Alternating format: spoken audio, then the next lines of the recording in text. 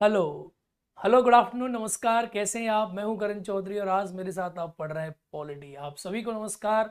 प्यारे साथियों, आज हम पॉलिटी की क्लास की शुरुआत करेंगे एकदम बेसिक के साथ। आज मैं आपको पॉलिटी एकदम बेसिक से पढ़ाऊंगा और एकदम पॉलिटी नाम के शब्द से आज आपके सारे कॉन्सेप्ट क्लियर करता हुआ एकदम बेसिक से आपकी क्लास चलेगी। तो आप एक प्यारी सी कॉपी पॉलिटी की बनाएंगे और पॉलिटी के बारे में विभिन्न प्रकार की इंफॉर्मेशन जो है आप उसे लिखना आप शुरू करोगे। तो प्यारे साथियों, शुरू करते हैं पॉलिटी को। पॉलिटी सब्जेक्ट क्या है, कैसे पढ़ना चाहिए, क्या इसकी अप्रोच है, ये सब बातें हम कल कर चुके थे। आज की क्लास में हम सीधा फोकस करेंगे कंटेंट के ऊपर। सीधी बात करेंगे प्रश्न कैसे आएंगे, सीधी बात करेंगे आपको क्या पढ़ना है। तो चलिए शुरू करते हैं इस भारत देश की पॉलिटी के बारे में। तो सबसे पहले मैं आपको बताना चाहूंगा कि मैंने ब्लैक कलर का ये जो है पीछे बैकग्राउंड ली हुई है, इससे किसी विद्यार्थी को समस्या तो नहीं हो रही है? आपको दिखाई दे रहा है प्रॉपर? अगर आपको दिखाई नहीं दे रहा हो तो आप मुझे कमेंट करके जो है आप हमारी टीम को बता सकते हैं, क्योंकि टीम जो है वो बता देगी। पॉलिटी आपको नजर आ रहा है प्रॉपर? सब साफ है, एकदम बढ़िया है, ओके है, क्लियर है। चलिए देखिए, जो पॉलिटी नाम का शब्द है, यानी पॉलिटी आप लोगों ने सुना, इस पॉलिटी को आप लोग हिंदी में बोलते हो, देखो राज्य व्यवस्था कहते हैं, कुछ लोग राज्य व्यवस्था कहते हैं। बात देखिए, राज्य व्यवस्था आप इसके बारे में जानते हैं, पॉलिटी मतलब राज्य व्यवस्था। अब जैसे कल हमने इसके बारे में आपसे बातचीत करी थी कि इसका मतलब क्या है, राज्य व्यवस्था का मतलब क्या है। तो किसी राज्य की व्यवस्था के बारे में जहां पढ़ाया जाता है उसे आप क्या कहते हैं? पॉलिटी कहते हैं। तो दो शब्दों से मिलकर ये शब्द बना है और यहीं से प्रश्न बनेंगे। यानी गुरुदेव क्या क्या शब्द हैं? तो इसको आप निकालोगे जब डेरिवेशन में तो दो शब्द हैं बाबू। एक है राज्य और दूसरा कौन सा है? व्यवस्था। जोर से बोलो, व्यवस्था। दो शब्दों से मिलकर पॉलिटी बनी है, राज्य और व्यवस्था। अब जो राज्य है और व्यवस्था है, क्योंकि हर जगह व्यवस्था यानी राज्य की व्यवस्था के बारे में जहां पढ़ाते हैं उसको आप पॉलिटी नाम से जानते हैं। जैसे हमारा कंट्री इंडिया है, तो हमारे कंट्री में राष्ट्रपति, प्रधानमंत्री, उपराष्ट्रपति, संसद, विधानसभा, विधान परिषद, ठीक है, ये सब प्रोविजन जो किए गए, ये क्यों किए गए? ये सब राज्य की व्यवस्था के बारे के प्रोविजंस हैं। इन सब से राज्य की व्यवस्था प्रॉपर सुचारू रूप से चलने लग रही है। आप सब व्यवस्था को देख रहे हैं। तो अब जो है दो शब्दों को एक बार हम पकड़ेंगे। ये राज्य नाम का जो शब्द है, इसकी उत्पत्ति कहां से हुई, कहां से निकला? तो देखो, राज्य पहले तो नहीं थे। जब दुनिया में आज आप पढ़ते हो पॉलिटी, आज आप कहते हो जी प्रधानमंत्री हैं, आज आप कहते हो जी राष्ट्रपति हैं, आज आप कहते हो जी उपराष्ट्रपति हैं। ऐसा पहले तो नहीं था।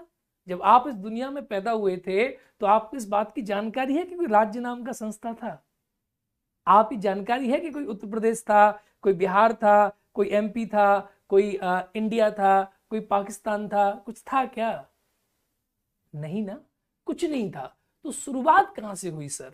शुरुआत कहां से हुई इसके बारे में समझते हैं। तो सबसे पहले एक प्यारा सा प्रश्न एग्जाम में पूछा गया, और प्रश्न क्या था कि जो राज्य है इसके दो मीनिंग है। एक आप लोगों ने नाम सुना होगा पोलिस। ये पोलिस पुलिस वाला नहीं है।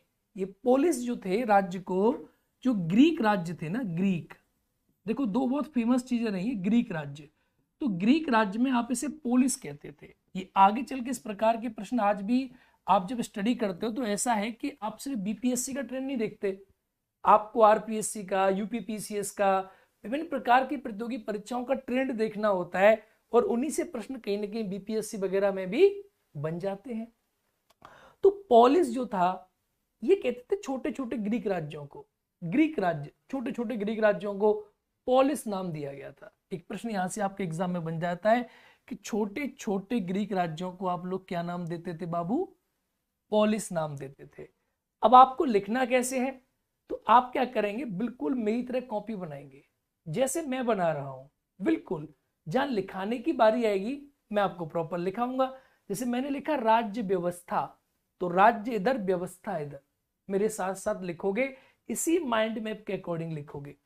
मैंने लिखा पोलिस, तो ग्रीक राज्यों को, अब मैंने यहां लिखा, आप लिख सकते हैं पोलिस कहते थे। ठीक है, आप अपनी कॉपी पे ऐसे लिख सकते हैं, मैं ये बोल दूंगा, ऐसे करके आप मेंशन कर सकते हैं।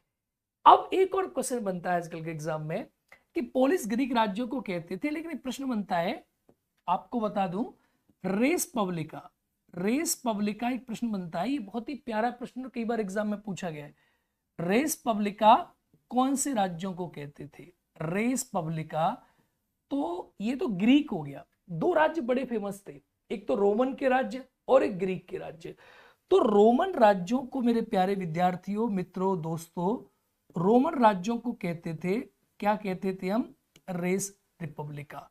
अब घबराना मत कि सर ये तो बड़ी पॉलिटिकल साइंस की जानकारी है। आजकल कांस्टेबल तक के पेपर में प्रश्न पूछे जा रहे हैं कि किसको क्या कहते थे, शुरुआत कहां से हुई। विषय की जब जानकारी आपसे पूछे कि जी आपका नाम क्या है, आपका नाम सर मेरा नाम करण चौधरी है। अब करण चौधरी में करण चौधरी, करण के नाम का मतलब ही नहीं पता, तो फिर आप कैसे चीजें समझोगे? तो पहले पॉलिटी नाम के शब्द का मतलब तो समझो, पहले राज्य के बारे में समझो। व्यवस्था तो कर देंगे हम, व्यवस्था तो आप और हम मिलके पढ़ेंगे, तो राज्य के बारे में समझो। तो रोमन राज्यों को रेस पब्लिका कहते थे। आप जो है सभी के सभी मेंशन करते चलेंगे इन चीजों को। एक क्वेश्चन हो गया रोमन राज्यों को। अब प्यारे विद्यार्थियों, आपके मन में एक और ख्याल आता है, गुरुदेव एक बात बताओ, राज्य कहां से आया? ये रेस पब्लिका, पोलिस, ये सब ठीक है, स्टेट कहां से आया, राज्य कहां से आया? तो सुनो मेरी बात ध्यान से। ये जो राज्य है ना, जिसको आप वर्तमान में राज्य कहते हो, गुरुजी राज्य है, दिखाई दे रहा है बेटा, राज्य है। इस राज्य का जो नाम का शब्द है निकला स्टेटो से। स्टेटो एक वर्ड था, स्टेटो, और इसी स्टेटो नाम के शब्द से निकल कर आया स्टेट। अब एक प्यारा से प्रश्न एग्जाम में पूछा जाता है, नेट में, जीआरएफ में, बीपीएससी में। तो बेसिक चीज है कि सबसे पहले स्टेट नाम के शब्द का प्रयोग किसने किया? ऑप्शन दे देगा आपके सामने, मैकावली, हॉब्स, रूसो, लॉक। आप कहेंगे गुरुजी हमने तो पढ़ी पॉलिटी में लक्ष्मीकांत, उसमें तो दिया नहीं है। यही तो फंडामेंटल है, लक्ष्मीकांत से काम नहीं चलने वाला। अब बीपीएससी का पेपर एनसीईआरटी से बनने लग गया है। तो ये आप लिखेंगे कि स्टेट नाम का शब्द सबसे पहले दिया था मैकियावेली ने। किसने दिया था? मैकियावेली ने स्टेट नाम के शब्द का सबसे पहले प्रयोग किया था। तो अब निकल के आया गुरुजी राज्य क्या है। अभी कंप्लीट नहीं हुआ मामला, आप इसे लिख लो, अभी मामला कंप्लीट नहीं हुआ। तो जो लोग हाथ से लिखने वाले लोग हैं, जिनको भाषा ही लिखना पसंद है, वो ऐसे लिख लें। जो माइंड मैप बनाने वाले लोग हैं वो माइंड मैप बना लें, क्योंकि ये तो बेसिक इन्फॉर्मेशन है। इसमें मैंने आपको बताया, मेरे साथ साथ लेकर रिवाइज करोगे, मेरी क्लास की हर चीज मेरी क्लास में याद करोगे। क्लास के बाद मैं उन विद्यार्थियों को बिल्कुल नहीं मानता जो क्लास के बाद याद करते हैं। सिंपल बात समझो, पॉलिटी राज्य व्यवस्था, राज्य क्या होता है उसके बारे में जाना।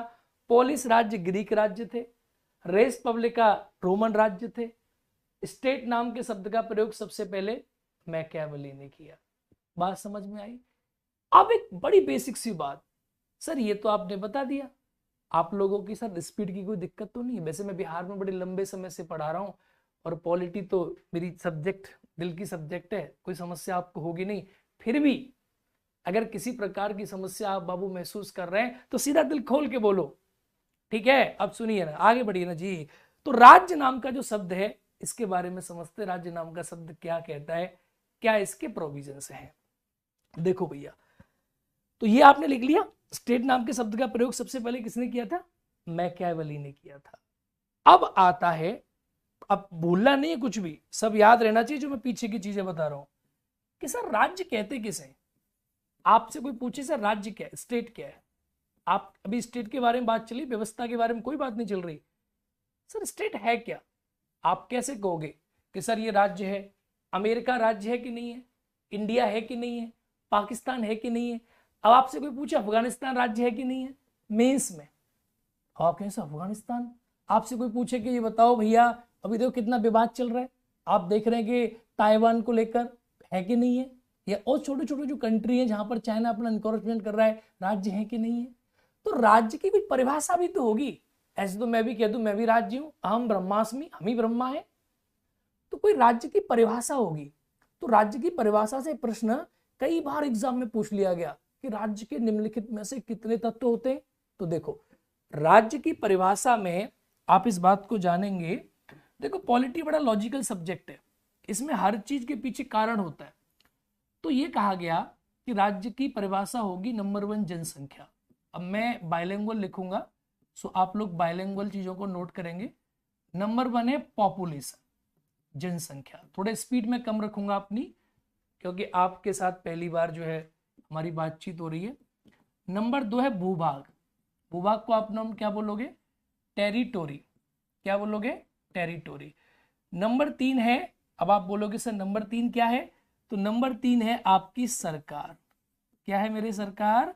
जोर से बोलो, सरकार, गवर्नमेंट, यह है सरकार। और नंबर 4 क्या है? तो नंबर 4 है सर संप्रभुता। अभी आप समझोगे इसको, संप्रभुता। सर ये क्या होती है? इसको अंग्रेजी में बोलते हैं सोवरेनिटी। इसकी अंग्रेजी बहुत गलत करते हैं लोग, ध्यान रखना है इसकी संप्रभुता की परिभाषा। यह है संप्रभुता। तो राज्य के 4 एलिमेंट होते हैं संप्रभुता। अब पहले क्या था, देखो एग्जाम का पैटर्न कैसे चेंज होता है। पहले प्रश्न पूछता था कि निम्नलिखित में से राज्य के कितने एलिमेंट हैं। बच्चे बोलते थे 4 एलिमेंट है। निम्नलिखित में से कौन सा नहीं है? तो कोई बोला कि जनसंख्या नहीं है, कोई बोला कि भूभाग नहीं है, कोई बोला सरकार नहीं है, कोई बोला संप्रभुता नहीं है। लेकिन ये चारों पॉइंट है।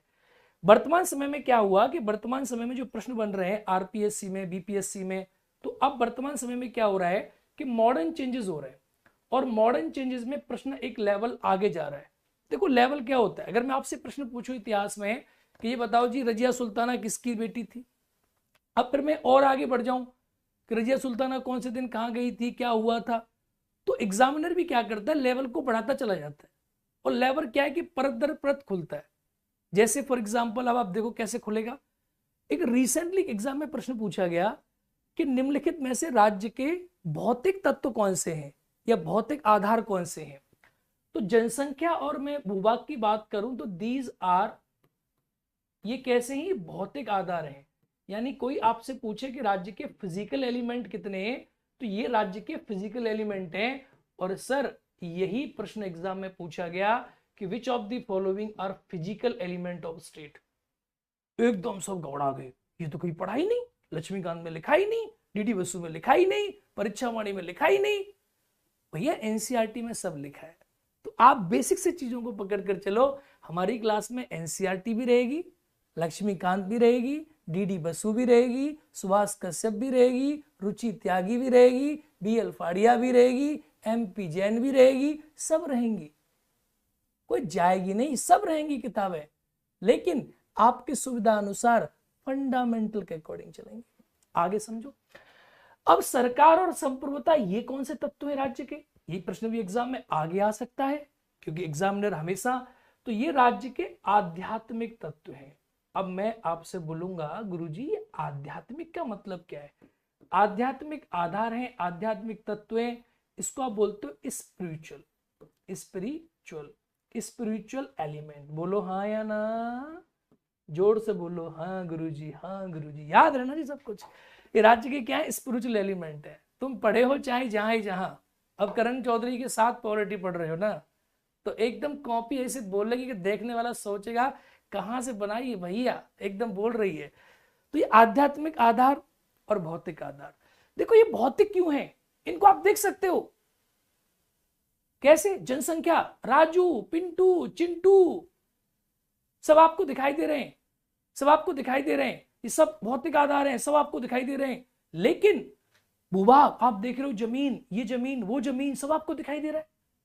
सरकार कहीं दिखाई देती है? सरकार वैसे आपको दिखाई देती है, डंडा दिखाई देता है, लेकिन वो दिखाई नहीं देती। एक प्रकार से संप्रभुता आपको दिखाई नहीं देती। ये क्या है? राज्य के आध्यात्मिक आधार है। आप में से बहुत सारे बच्चों को लगेगा गुरुजी ये संप्रभुता है क्या, ये संप्रभुता क्या है गुरुजी? संप्रभुता के बारे में अभी बात करेंगे। संप्रभुता को ध्यान से समझाऊंगा कि संप्रभुता क्या होती है। पहले ये बताओ, ये 4 चीजें समझ में आई? अब के गुरुजी मैंने कहा पॉलिटी एक बहुत रेशनल सब्जेक्ट है। पॉलिटी में कुछ भी ऐसे नहीं होता कि आपने कह दिया कि राज्य के 4 तत्व होते हैं। एक प्रश्न और अभी रिसेंटली एग्जाम में पूछा गया कि राज्य के 4 तत्व कब बने। तो एक कन्वेंशन हुई थी जिसको आप नाम देते हो मॉन्टेविडियो कन्वेंशन। दिखाई दे रहा है? मॉन्टेविडियो कन्वेंशन। मॉन्टेविडियो कन्वेंशन हुआ था 1933 में। 1933 की मॉन्टेविडियो कन्वेंशन में राज्य के 4 तत्व दिए गए थे। ये दिखाई दे रहा है, इसको लिख लेना, हिंदी में लिख दूं, मॉन्टेविडियो कन्वेंशन, यहां लिख रहा हूं मॉन्टेविडियो कन्वेंशन, ये अब वो ये समझो बात। अब मॉन्टेविडियो कन्वेंशन क्या है, 1933 में हुई।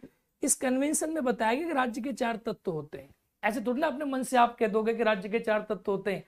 अब देखो ऐसे प्रश्न कैसे बनेगा। पहला प्रश्न, राज्य के 4 तत्व होते हैं, ये बात कौन सी कन्वेंशन में सामने आई? मॉन्टेविडियो कन्वेंशन। मॉन्टेविडियो कन्वेंशन निम्नलिखित में से कौन सी साल में हुई? 1933, 34, 35, 36, 33। राज्य के कितने तत्व होते हैं? 4।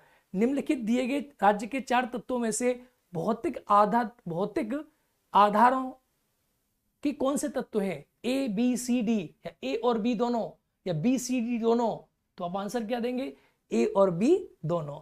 समझ में आई? मेरी क्लास में अभी आप बहुत दिन तक ये नहीं समझ पाओगे कि गुरुजी कहां से पढ़ा रहे हैं आप। बस ये समझो कि मैं वो पढ़ा रहा हूं जो बहुत जरूरी है, एग्जाम में यही आता है। और लोग क्या करते हैं, लोग पुस्तकों के पीछे पड़ जाते हैं, किताबें तो आपको बस दिशा देती हैं। लेकिन हमारा काम क्या होता है कि बहुत सारी किताबों को पढ़ने के बाद आपको वो देना जो एग्जाम में आएगा। तो ये समझ में आया मॉन्टेविडियो कन्वेंशन राज्य के कितने आधार होते हैं। अभी राज्य ही खत्म नहीं हुआ। अब देखो आप, चलो ओके करो आप सभी, मुझे समझ में कमेंट नहीं दिखाई दे रहे इन लोगों के।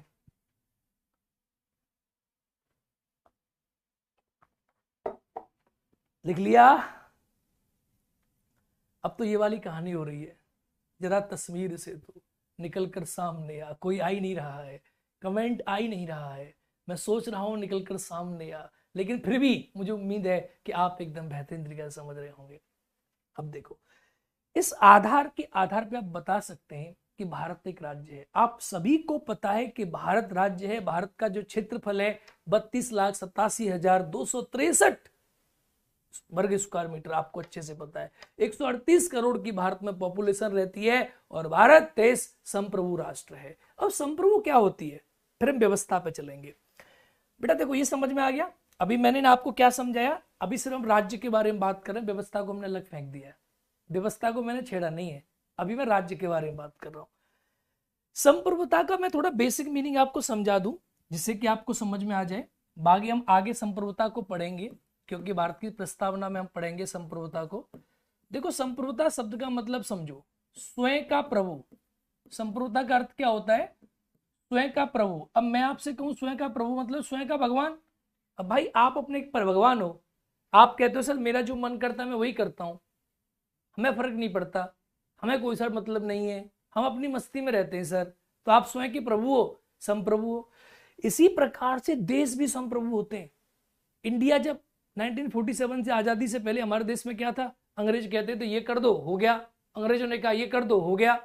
लेकिन हमारे देश का कोई सिस्टम था क्या? नहीं था। हमारा देश संप्रभु था क्या? नहीं था। तो संप्रभुता का मीनिंग क्या है? सुनो बड़े ध्यान से सुनो, ध्यान से मेरे प्यारे मित्रों। संप्रभुता का मीनिंग है कोई देश अपने आंतरिक और अपने बाहरी, कोई देश अपने आंतरिक और अपने बाहरी निर्णय लेने के लिए क्या हो? निर्णय लेने के लिए स्वतंत्र हो, उसे कहेंगे संप्रभु राष्ट्र। It will be called sovereign state. इसे क्या कहेंगे आप? Sovereign state. इसे आप नाम देते हैं संप्रभु राष्ट्र। It will be called sovereign state. अंग्रेजी सीखो थोड़ी थोड़ी, अंग्रेजी बहुत जरूरी चीज है। संप्रभु देश। भारत अपने निर्णय खुद लेता है। अब आप जानते हो कि भारत ने पाकिस्तान पर अटैक किया, तो किसी पूछा कि अटैक कर दें क्या? नहीं जी ना, हमने मन किया, हमने कहा छोड़ दो, छोड़ दिया, ठीक है। अंदर अंदर हमारे देश में कुछ होता है, किसी पूछते हैं क्या हम? नहीं ना। तो बस क्या है, हमारा देश जो है वो आंतरिक और बाहरी रूप से कैसा है? संप्रभु है। जो आप पढ़ोगे प्रस्तावना के समय पर संप्रभुता, तब मैं आपको यह भी समझाऊंगा कि संप्रभुता सिर्फ आंतरिक और बाहरी नहीं होती। कि मैंने 2 एग्जांपल दिए, आंतरिक संप्रभु, बाहरी संप्रभु। संप्रभुता आंतरिक और बाहरी के अलावा संप्रभुता जो है, आप देखेंगे संप्रभुता को तो संप्रभुता की और डायमेंशन भी है। कानूनी संप्रभुता। भारत में कानून रूप से कौन संप्रभु है? संविधान। नामात्र का संप्रभु कौन है? राष्ट्रपति। भारत की संप्रभुता निवास किसमें करती है? जनता में। ऐसे कई सारी डायमेंशन निकल कर आएंगी जो आप आगे पढ़ोगे। किस पे, प्रस्तावना में। लेकिन यहां इतना ही काफी है कि संप्रभुता का मीनिंग समझ गए, स्वयं का प्रभु, अपना प्रभु, अपने काम खुद कर सके, डिपेंडेंसी नहीं। इसका मतलब गुलामी और संप्रभुता में क्या अंतर है कि गुलामी में ये होता है कि आप किसी के गुलाम होते हो, और संप्रभु का मतलब हो गया स्वतंत्रता।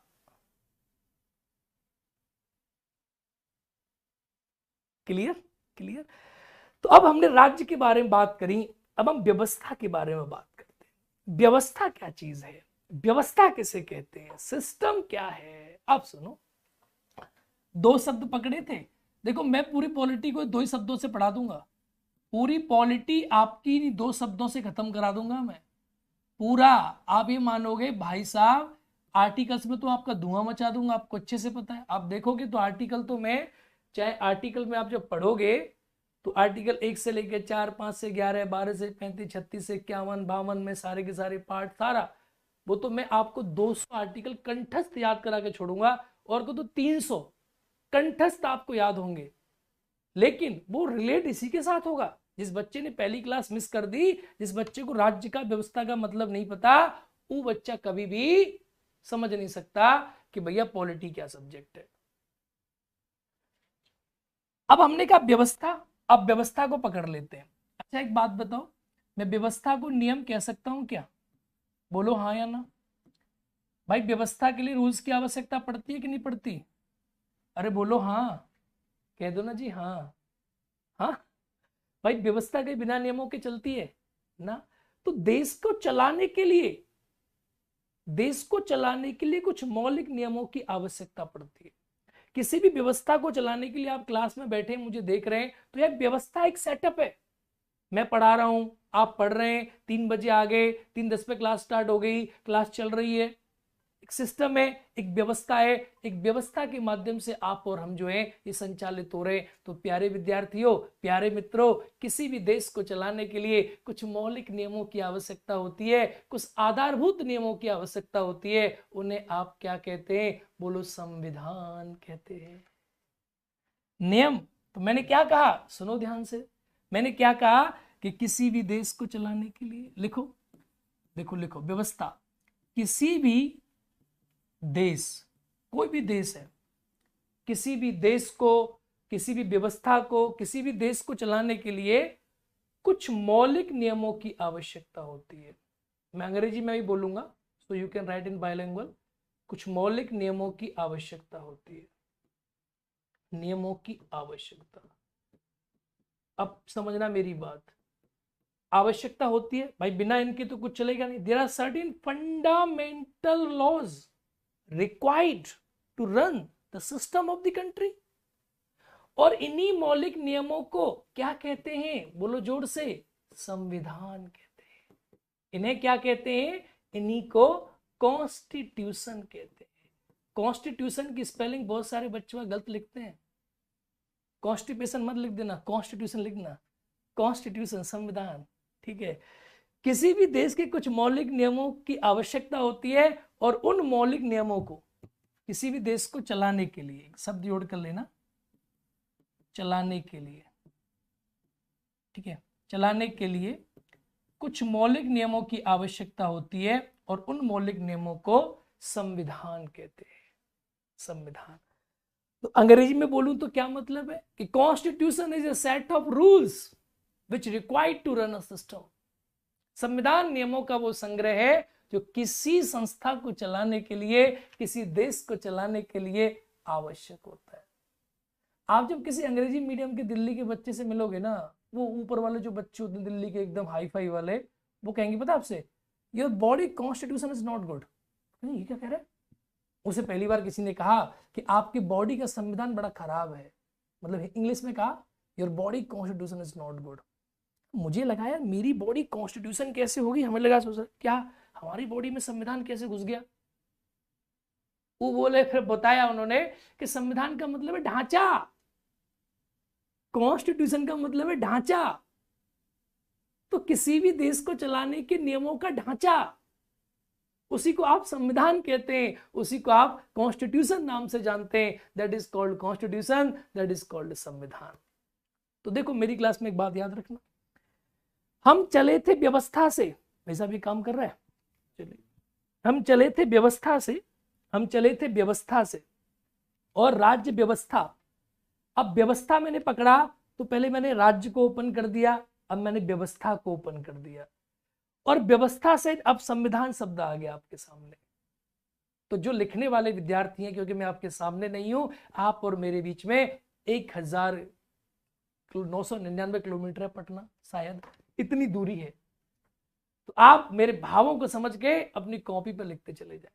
मैंने क्या लिखा है कि व्यवस्था, नियम, किसी भी देश को कुछ चलाने के लिए कुछ मौलिक नियमों की आवश्यकता होती है, उसे संविधान कहते हैं। अब संविधान नाम का शब्द हमने पकड़ लिया, अब संविधान को समझो। गुरुजी संविधान क्या है? आओ लिखो जोर से दुनिया वालों, आओ एकदम कॉपी को ऐसे बना लेना कि एकदम कॉपी बोले, कॉपी बोले, तुम्हारी कॉपी बोले। क्या है? कॉन्स्टिट्यूशन। अंग्रेजी में मैं बोलता चलूंगा और हिंदी में मैं लिखता चलूंगा, ठीक है?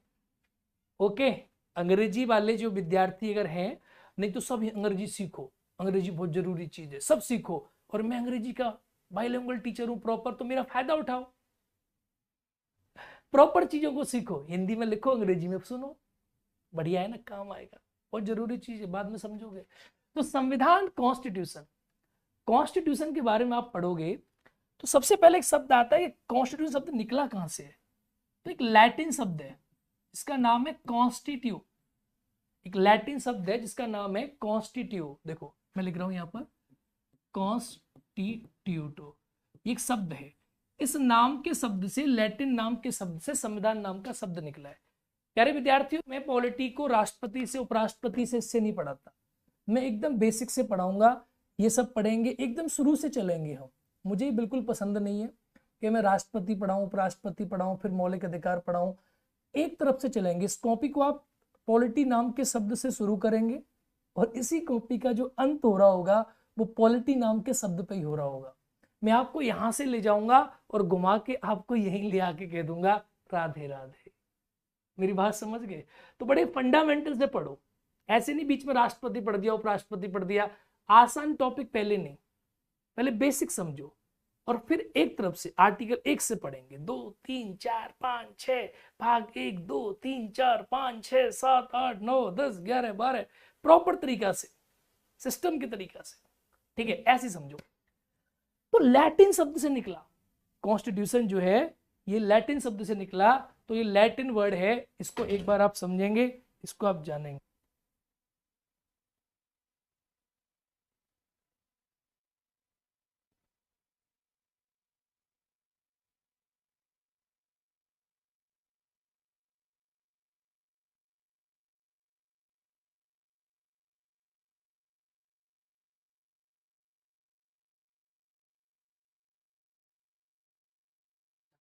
अरे आवाज में थोड़ी दिक्कत थी तब हमें समझ नहीं आ रहा था।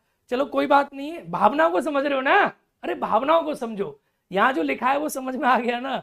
आवाज की थोड़ी समस्या रही, टेक्निकल टीम का कॉल आया, चलो कोई बात नहीं, सही कर देंगे। देखो लैटिन शब्द से निकला है जिसको आप बोलते हैं कॉन्स्टिट्यूट। अब संविधान के बारे में बात करें तो संविधान कई प्रकार का होता है। जैसे फॉर एग्जाम्पल मैं आपको समझाता हूं, एक होता है लिखित संविधान। अब देखना, आज आप समझोगे गुरुजी इतने प्रकार का संविधान होता है। इसको आप लोग अंग्रेजी में बोलते हो कोडिफाइड कॉन्स्टिट्यूशन, कोडिफाइड।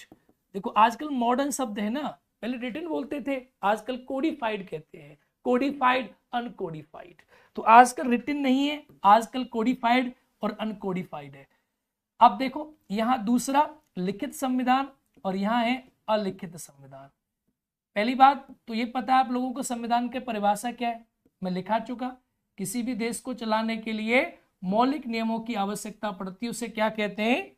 संविधान कहते हैं। तो याद रखना, ये प्रश्न भी एनसीईआरटी से बना हुआ है और ये पूछा जाता है कि संविधान किसी देश को चलाने के लिए क्या है? मौलिक नियम। क्या है? मौलिक नियम। ये वर्ड याद रखना है, संविधान किसी देश को चलाने के लिए क्या है? बोलो जोर से, These are the fundamental laws, मौलिक नियम। क्या है? मौलिक नियम है संविधान। तो अनकोडिफाइड और कोडिफाइड, लिखित संविधान, अलिखित संविधान। अब एक तो ये सबसे बड़ी बीमारी है। लिखित अलिखित का मतलब क्या है, फिर हम समझेंगे छोटा संविधान, बड़ा संविधान, नया संविधान, पुराना संविधान। तो लिखित संविधान दुनिया में सबसे पहले कौन से कंट्री का था, ये पूछा जाता है, लिखित संविधान की बात करी जाती है। तो लिखित संविधान में आप देखोगे रिटन कॉन्स्टिट्यूशन जो है, इसमें कई कंट्री है, सबसे पहला कंट्री है सबसे फेमस अमेरिका, क्योंकि अमेरिका का संविधान सबसे पुराना संविधान है, यूएस का कॉन्स्टिट्यूशन अमेरिका। इसके बाद आप एग्जाम में देखेंगे तो भारत, भाई भारत का संविधान भी लिखित संविधान है, आप सभी जानते हैं। अब रूस का देखो, रूस बड़ा कंट्री है, रूस का संविधान लिखित संविधान है। दुनिया में ज्यादातर देशों के संविधान लिखित है। आप जापान की बात करो, रूस की बात करो, भारत की बात करो, आप पाकिस्तान की बात करो, बांग्लादेश की बात करो, अब तो आप नेपाल की बात करो, विश्व के अधिकांश देशों के संविधान लिखित है। अब लिखित का मतलब क्या होता है, लिखित का मतलब ये होता है, फॉर एग्जाम्पल मैं आपको संविधान दिखाना चाहूं, टेक्निकली से रिक्वेस्ट है मेरी, संविधान लेके आए, संविधान संविधान दिखाते हैं, तो संविधान लेकर आओ संविधान।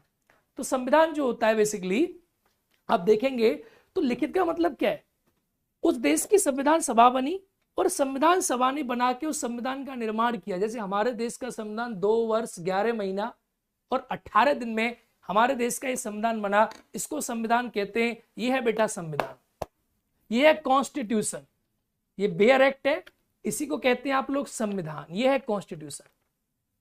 अब ये संविधान है तो क्या ये लिखित है, इसका मतलब क्या हुआ, हमारे देश की जनता के प्रतिनिधियों ने इस संविधान को हमारे लिए बनाया और कहा कि हम इन नियमों के अनुसार अपने जीवन का पालन करेंगे।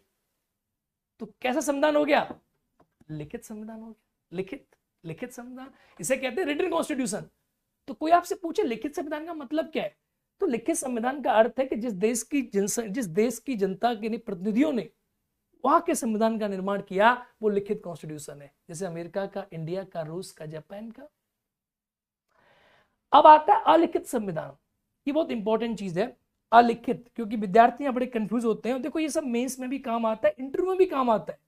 इंटरव्यू में आपसे पूछ लेंगे what do you mean by the unwritten constitution, what do you mean by the uncodified constitution, आप इससे क्या समझते हैं, आप बताइए।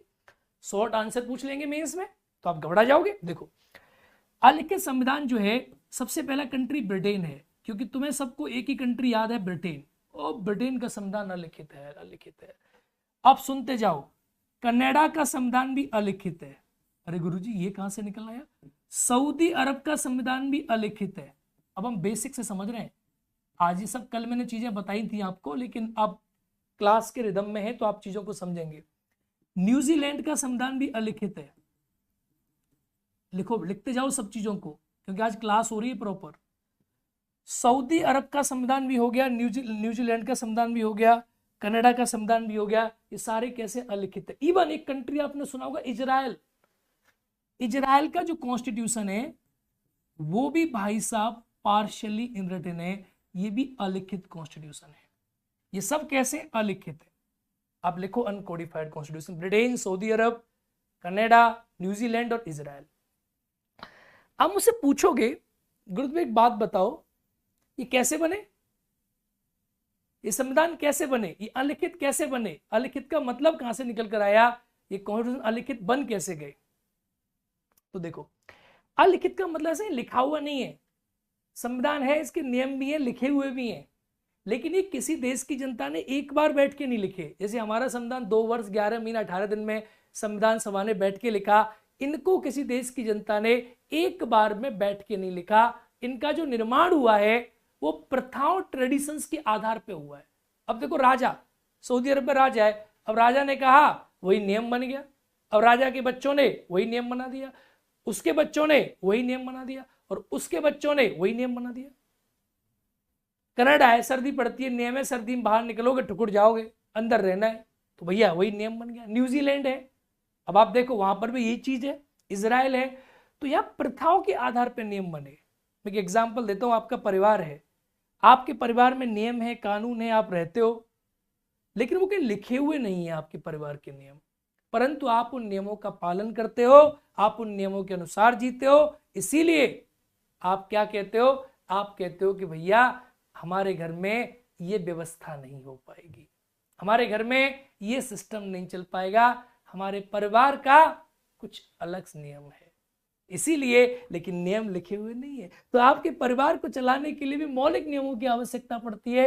इस प्रकार से देश को चलाने के लिए संविधान की आवश्यकता पड़ती है। ये लिखे हुए ही है, ऐसा नहीं लिखे ना गए हो, लेकिन ये बैठ के एक बार में बनाए गए और ये धीरे धीरे डेवलप हो। इन दोनों में डिफरेंस है। आप इसको एक बार लिखेंगे फटाफट से और जल्दी जल्दी चीजों को नोट डाउन करके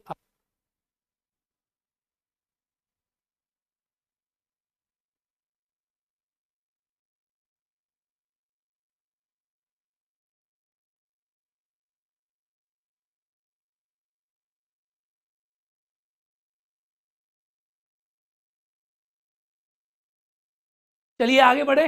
अब संविधान की और डायमेंशंस देखते हैं। और डायमेंशंस मतलब लिखित अलिखित समझ में आ गया, तो आप लोग लिख सकते हो। वैसे अलिखित संविधान प्रथाओं पर आधारित होता है। अलिखित constitution, unwritten constitution is based on traditions. Actually लिख सकते हो आप, unwritten constitution based on traditions, written constitution based on, ये लिखित पे होता है, और ये जो है अलिखित प्रथा पर आधारित होता है। कोई डाउट किसी को? कोई डाउट नहीं है। अब संविधान की और भी डायमेंशन है। संविधान में तो बड़ी डायमेंशन है, आओ और समझते हैं। देखो, तभी तो आप समझोगे भारत का संविधान किस प्रकार का है, तभी तो आप जान पाओगे, तभी तो आपको इंटरेस्ट पैदा होगा। संविधान लिखित अलिखित समझ लिया हमने, कॉन्स्टिट्यूशन रिटन अनरिटन। अब देखो संविधान की दूसरी डायमेंशन, संविधान कैसा है? सबसे इंपॉर्टेंट चीज, नया। यानी संविधान ये भी पूछ लेता है कि which of the newest constitution of the world, विश्व का सबसे नया संविधान। विश्व का सबसे पुराना संविधान का मतलब है विच of the following oldest constitution of the world. विश्व का सबसे नया संविधान की अगर मैं बात करूं, नया का मतलब जो सबसे नया बना है सबसे पहले, तो पहले हम हुआ करता था नेपाल का, लेकिन 2019 में क्यूबा का बना। तो अभी दुनिया में 2019 में क्यूबा का संविधान सबसे नया संविधान है। क्यूबा का जो कॉन्स्टिट्यूशन है वो सबसे नया कॉन्स्टिट्यूशन है, क्योंकि अप्रैल 2019 में बना था। तो ये सबसे नया संविधान है, क्यूबा का कॉन्स्टिट्यूशन सबसे नया है, आप इसे लिख सकते हैं। सबसे पुराने संविधान की बात करेंगे, ओल्डेस्ट कॉन्स्टिट्यूशन, तो यूएसए का है, अमेरिका का। 1789 में बना था, और ये आज भी विश्व का सबसे पुराना तो यही रहेगा, क्योंकि सबसे पहले यही बना। तो आप इसका आंसर देंगे, यूएसए का कॉन्स्टिट्यूशन सबसे पुराना है, और न्यूएस्ट कॉन्स्टिट्यूशन क्यूबा कंट्री का है। नया हो गया और पुराना हो गया। प्रश्न बन जाता है कि सबसे नया संविधान कौन से राष्ट्र का है? अरे जोर से आंसर दोगे, क्यूबा का, क्यूबा का। सबसे पुराना संविधान कौन से कंट्री का है? तो यूएसए का। और यूएसए वैसे भी दुनिया में ओल्डेस्ट डेमोक्रेसी है, यानी विश्व का सबसे पुराना लोकतंत्र जो है वो भी आप अमेरिका को ही कहते हैं। तो दुनिया में सबसे पुराना संविधान किसका है? अमेरिका का। USA is the oldest constitution, oldest written भी है ये, और ये क्यूबा का कॉन्स्टिट्यूशन सबसे नया है। अब पढ़ेंगे सबसे छोटा कौन सा है और सबसे बड़ा कौन सा है, ये भी तो चीजें जाननी है आपको। तो एक बार लिखो फटाफट से, इसको लिखो एक बार। सबसे नया संविधान क्यूबा का संविधान, सबसे पुराना संविधान अमेरिका का संविधान। बड़ी बेसिक जानकारियां दे रहा हूं मैं आज आपको, बेसिक। और पॉलिटी बेसिक से शुरू की जाती है, फिर कॉन्सेप्ट चलते हैं कि आर्टिकल 52 में लिखा है कि भारत का राष्ट्रपति होगा, आर्टिकल 53 में लिखा है कि राष्ट्रपति में कार्यपालिका शक्तियां निहित होंगी। तो 53 आर्टिकल को पढ़ोगे तो राष्ट्रपति अपनी कार्यपालिका शक्तियों का प्रयोग मंत्री पर अपने अधीनस्थों के माध्यम से करेगा, और प्रधान राष्ट्रपति के अधीनस्थों को डिफाइन कर रखा है। आगे चल के आप जब पढ़ोगे 74 में प्रधानमंत्री राष्ट्रपति की सलाह सहायता के लिए मंत्री परिषद होगी, जिसका अध्यक्ष प्रधानमंत्री होगा। और 74 को जब आप पढ़ोगे तो 76 77 से रिलेट कर जाता है। तो जब कॉन्सेप्ट की बात आएगी ना, तो कॉन्सेप्ट तो आपको एकदम बेहतरीन बेहतरीन दिए जाएंगे, पर पहले इन चीजों को समझो, क्योंकि इनसे ही कॉन्सेप्ट बिल्ड होता है। फैक्ट प्लस कॉन्सेप्ट दोनों को समझो। संविधान की परिभाषा नहीं पता तो राष्ट्रपति कैसे पता? अभी मैं आप लोगों को क्लास में पूछ लूं कि बताइए दुनिया में नागरिक कितने प्रकार का होता है, प्रश्न पूछा गया है, how many types of human beings, political human being. राजनीतिक प्रणाली कितने प्रकार के होते हैं? सर ये नहीं पढ़ा हमने, ये टॉपिक किसमें है? ये टॉपिक उसमें पढ़ेंगे, सिटीजनशिप में पढ़ेंगे। तो बेसिक से चलो, समझो चीजों को, फैक्ट बाय फैक्ट, कॉन्सेप्ट पे कॉन्सेप्ट, कुछ छूट ना जाए। और ऐसी ऐसी चीज बाल की खाल। देखो अब आगे, आगे समझो, आगे समझो और आगे जानने की कोशिश करते हैं। अब आपके सामने आता है विश्व का बड़ा, और इसके बाद अगर मैं बात करूं संविधान के बारे में तो एक और चीज आपसे पूछी जाती है, विश्व का सबसे छोटा संविधान, विश्व का सबसे छोटा संविधान कौन से कंट्री का है? अब छोटे को आप लोग क्या बोलेंगे? स्मॉलेस्ट। विश्व का सबसे छोटा स्मॉलेस्ट कॉन्स्टिट्यूशन कौन सा है? और विश्व का सबसे बड़ा संविधान कौन सा है? बड़े को क्या बोलेंगे? लार्जेस्ट तो कहते नहीं, इसको लॉन्गेस्ट कहते हैं, याद रखना इस बात को, अंग्रेजी में भी कभी ब्लेंडर हो जाता है। लॉन्गेस्ट सबसे लंबा और स्मॉलेस्ट सबसे छोटा। अब देखो संविधान को चीनी की बोरी तो है नहीं कि सर ये 100 किलो की है तो ये छोटी होगी और ये 200 किलो की तो बड़ी होगी। संविधान को अब कैसे नापोगे? क्या आप बोलोगे सर ये जो है इसमें 250 ग्राम, इसमें 1 किलो वजन है, और सर इस वाले में जो है 250 ग्राम वजन है, सर ये छोटा है ये बड़ा है? ऐसे तो संविधान नपेगा नहीं भाई। संविधान में तो नियम लिखे हैं, और नियम किस फॉर्म में होते हैं? नियम हमेशा आर्टिकल्स के फॉर्म में होते हैं। आप सभी को ये बात अच्छे प्रकार से पता है। तो सबसे जो बड़ा संविधान है, अगर आप बात करते हो आर्टिकल्स के बारे में, तो दुनिया में सबसे बड़ा संविधान भारत का संविधान है, क्योंकि भारत के संविधान में आप ओरिजिनली देखोगे तो 395 आर्टिकल थे। भाई आर्टिकल्स के बेस पे बताओगे ना सबसे बड़ा संविधान। सबसे छोटा जो कॉन्स्टिट्यूशन है दुनिया का वो अमेरिका का संविधान है। अब मैंने कहा कि सर आर्टिकल्स के बेस पे, इसमें कितने आर्टिकल हैं? इसमें 7 आर्टिकल हैं, सिर्फ 7 अनुच्छेद है। अब एक प्रश्न आता है बहुत ही बेसिक, आजकल क्या हो रहा है कि जो कमीशंस हैं, आप सभी पेपर कमीशंस के लगाओगे, आप ये घटना चक्र में तो छोड़ देते हैं इन चीजों को, आप लगाओगे जब आरपीएससी लगाओगे, बीपीएससी के साथ यूपीपीसीएस लगाओगे, एमपीपीसीएस लगाओगे, आप झारखंड लगाओगे, आप और भी पीसीएस जे के पेपर लगाओगे, आपको समझ में आएगा कि नई प्रकार के प्रश्न एग्जामिनर बना रहा है, नई नई प्रकार के प्रश्न एग्जामिनर बना रहा है, ये आप समझना। सबसे छोटा संविधान अमेरिका का है अनुच्छेदों के आधार पर। मैंने किस आधार पर बोला आपसे? अनुच्छेदों के आधार पर। अब एक रिसेंटली प्रश्न पूछा गया कि विश्व का सबसे छोटा संविधान कौन सा है? शब्दों के आधार पे। शब्द समझ रहे हो? शब्द, यानी अगर आपसे पूछ ले कि विश्व का सबसे छोटा संविधान कौन सा है, शब्दों के आधार पे, यानी वर्ड्स के आधार पे, क्योंकि भारत के संविधान में भी वर्ड्स है, तो यहां पर विद्यार्थी कंफ्यूज हो जाते हैं। विच of the smallest constitution on the basis of the words? शब्दों के आधार पर सबसे छोटा संविधान कौन से देश का है? अब आप कहेंगे सर ये क्या हुआ? तो इसका जो आंसर है मेरे प्यारे विद्यार्थियों, वो आपको लिखना है। इसका आंसर है मोनाको। मोनाको, इसका आंसर है मोनाको। मोनाको का जो संविधान है ये विश्व का सबसे छोटा संविधान है शब्दों के आधार पे। इसमें कितने हैं? इसमें शब्द कितने हैं? तो देखोगे इसमें शब्द हैं 3814 शब्द हैं। तो दुनिया का सबसे छोटा संविधान शब्दों के आधार पे ये मोनाको का है। विद्यार्थी लोग आप क्या पढ़ते थे? आपने पढ़ा सबसे छोटा संविधान तो लगा दिया, आपने लिख दिया अमेरिका। अब एग्जामिनर खिलाड़ी हो गया, एग्जामिनर ने पूछ लिया कि शब्दों के आधार पर कौन सा है और अनुच्छेदों के आधार पर कौन सा है। मोनाको के संविधान में अगर आर्टिकल्स की बात करोगे तो इसमें आर्टिकल्स 97 है, इसमें 97 अनुच्छेद है और 97 आर्टिकल्स है, इसीलिए ये आर्टिकल्स के बेस पर सबसे छोटा संविधान नहीं हो सकता। इसमें लेकिन शब्द 3814 हैं, इसीलिए ये शब्दों के आधार पर सबसे छोटा संविधान है। क्योंकि अमेरिका के संविधान में आप बात करेंगे तो 1,17,369 अमेरिका के संविधान में शब्द हैं। 1,17,369 शब्द हैं अमेरिका के संविधान में, इसीलिए अमेरिकन कॉन्स्टिट्यूशन सबसे छोटा नहीं है शब्दों के आधार पे। अमेरिका का संविधान सबसे छोटा है अनुच्छेदों के आधार पे, मोनाको का संविधान सबसे छोटा है शब्दों के आधार पे। और आप पता है भारत के संविधान में शब्द कितने? सभी जानते हैं 1,46,385 करीब भारत के संविधान में शब्द हैं।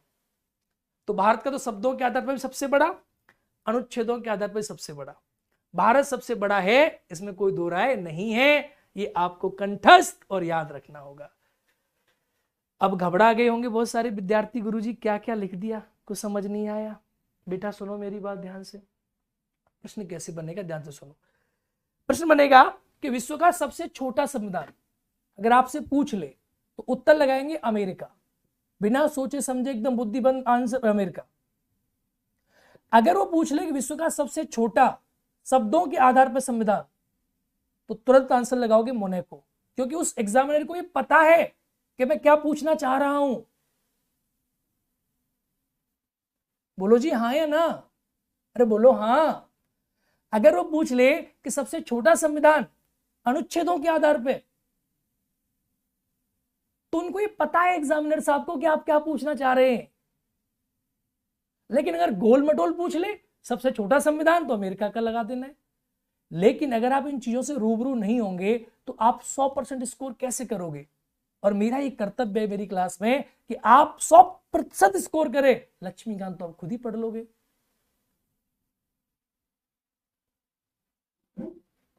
चलो समझ गए, समझ में आया कुछ। और हाँ, पॉलिटी में आप निश्चिंत रहे, कोई भी सवाल, कहीं का भी सवाल, कोई भी फैक्ट, बाल की खाल आप निकाल के मेरी क्लास के सामने रखेंगे। कोई भी छोटी से छोटी जानकारी, सर ये क्या है, ये क्या है। अभी तो मैं आपको ऐसी चीजें बताऊंगा पॉलिटी में कि आप ये कहोगे गुरुदेव ये सब कहां से आया है ज्ञान, और आया कहां से। सब प्रश्न पत्रों में पूछा गया, सब पूछा गया कमीशनों में, यूपी में, बीपी में, एमपी में, डब्ल्यूपी में, वेस्ट बंगाल में, छत्तीसगढ़ में, झारखंड में, केरला में, सब कमीशनों के उठा के देखो पेपर, सब निकल के सामने आ जाते हैं। चलिए आगे बढ़ते हैं, हमें खैर इन चीजों को छोड़िए। तो अमेरिका समझ में आ गया, क्लियर है ना। चलो तो अब इसको हम आगे बढ़ जाते हैं। आगे बढ़ के चीजों को एक बार नोटिस करने की कोशिश करते हैं। संविधान छोटा हो गया, संविधान बड़ा भी हो गया, संविधान में कोई दिक्कत नहीं हुई। अब आता है कि दुनिया का सबसे छोटा संविधान में एक और प्रश्न आपसे आता है। एक और प्रश्न दुनिया के सबसे छोटे संविधान में कि वर्ल्ड स्मॉलेस्ट कॉन्स्टिट्यूशन, दुनिया में सबसे छोटा लोकतंत्र का संविधान कौन सा है। देखो डेमोक्रेसी, प्रश्न बनता है विश्व के सबसे छोटे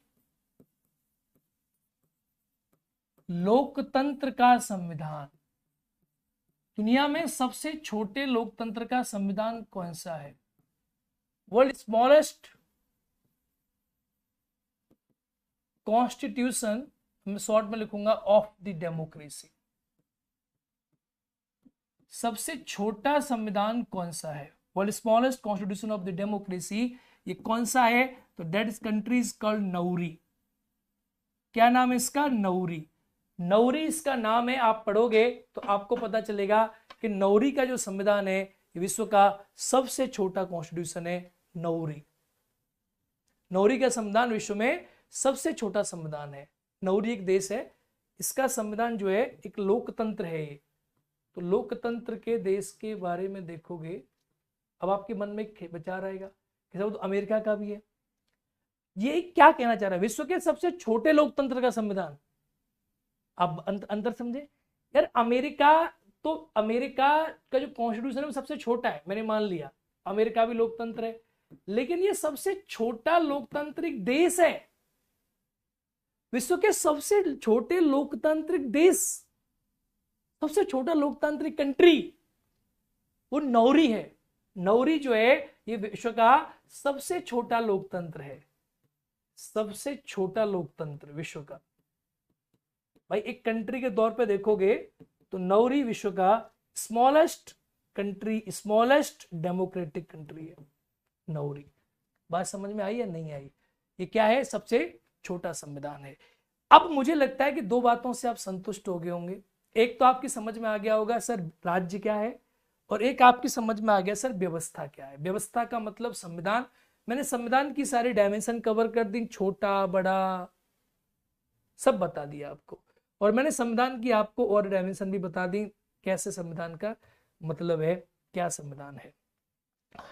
तो हम बात करते हैं थोड़ी अलग डायमेंशन के बारे में। संविधान बने कैसे, ये राज्य व्यवस्था कैसे बनी, इसका सिस्टम कैसे चला, ये संविधान भी बनेगा, ये विचार किसके दिमाग में आया कि कॉन्स्टिट्यूशन बनेगा, व्यवस्थाएं चलेंगी, सब विचार कहां से आए। तो आजकल आप देख रहे हो कुछ क्वेश्चन पूछे जा रहे हैं आपके एग्जाम में, बीपीएससी वगैरह में, या फिर बिहार के बहुत सारे पेपर में एग्जाम में प्रश्न पूछे गए।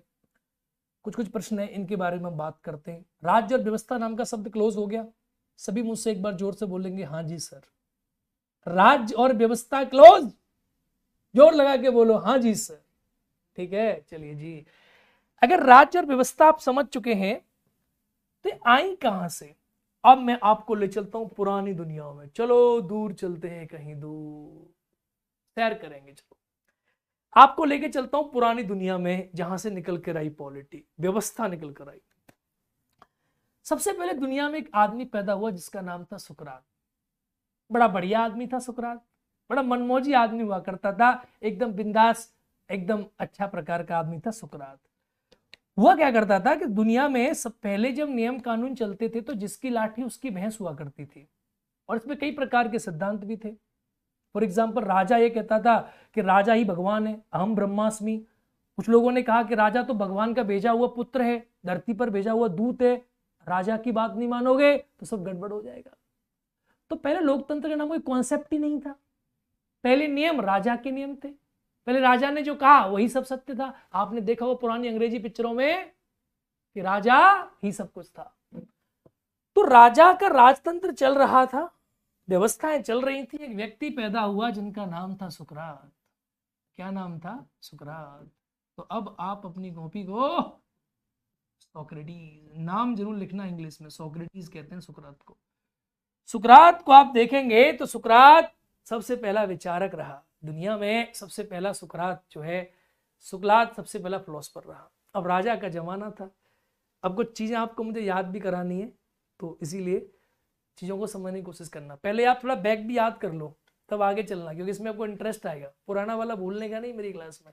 इधर देखो, ये यहाँ आ जाओ, हमने क्या पढ़ाया आपको पहले यहाँ समझ लो, नहीं तो दिक्कत हो जाएगी हमें। पॉलिटी, राज्य व्यवस्था। तो पॉलिटी नाम का शब्द किससे निकला? पोलिस से। पोलिस से निकला, तो पोलिस का मतलब ग्रीक राज्य में, और रेस पब्लिका रोमन राज्यों में। हमने कहा राज्य के कितने तत्व होते हैं? जोर लगा के बोलो। 4। सभी बोलोगे 4, मन मन में बोलो सभी। कितने?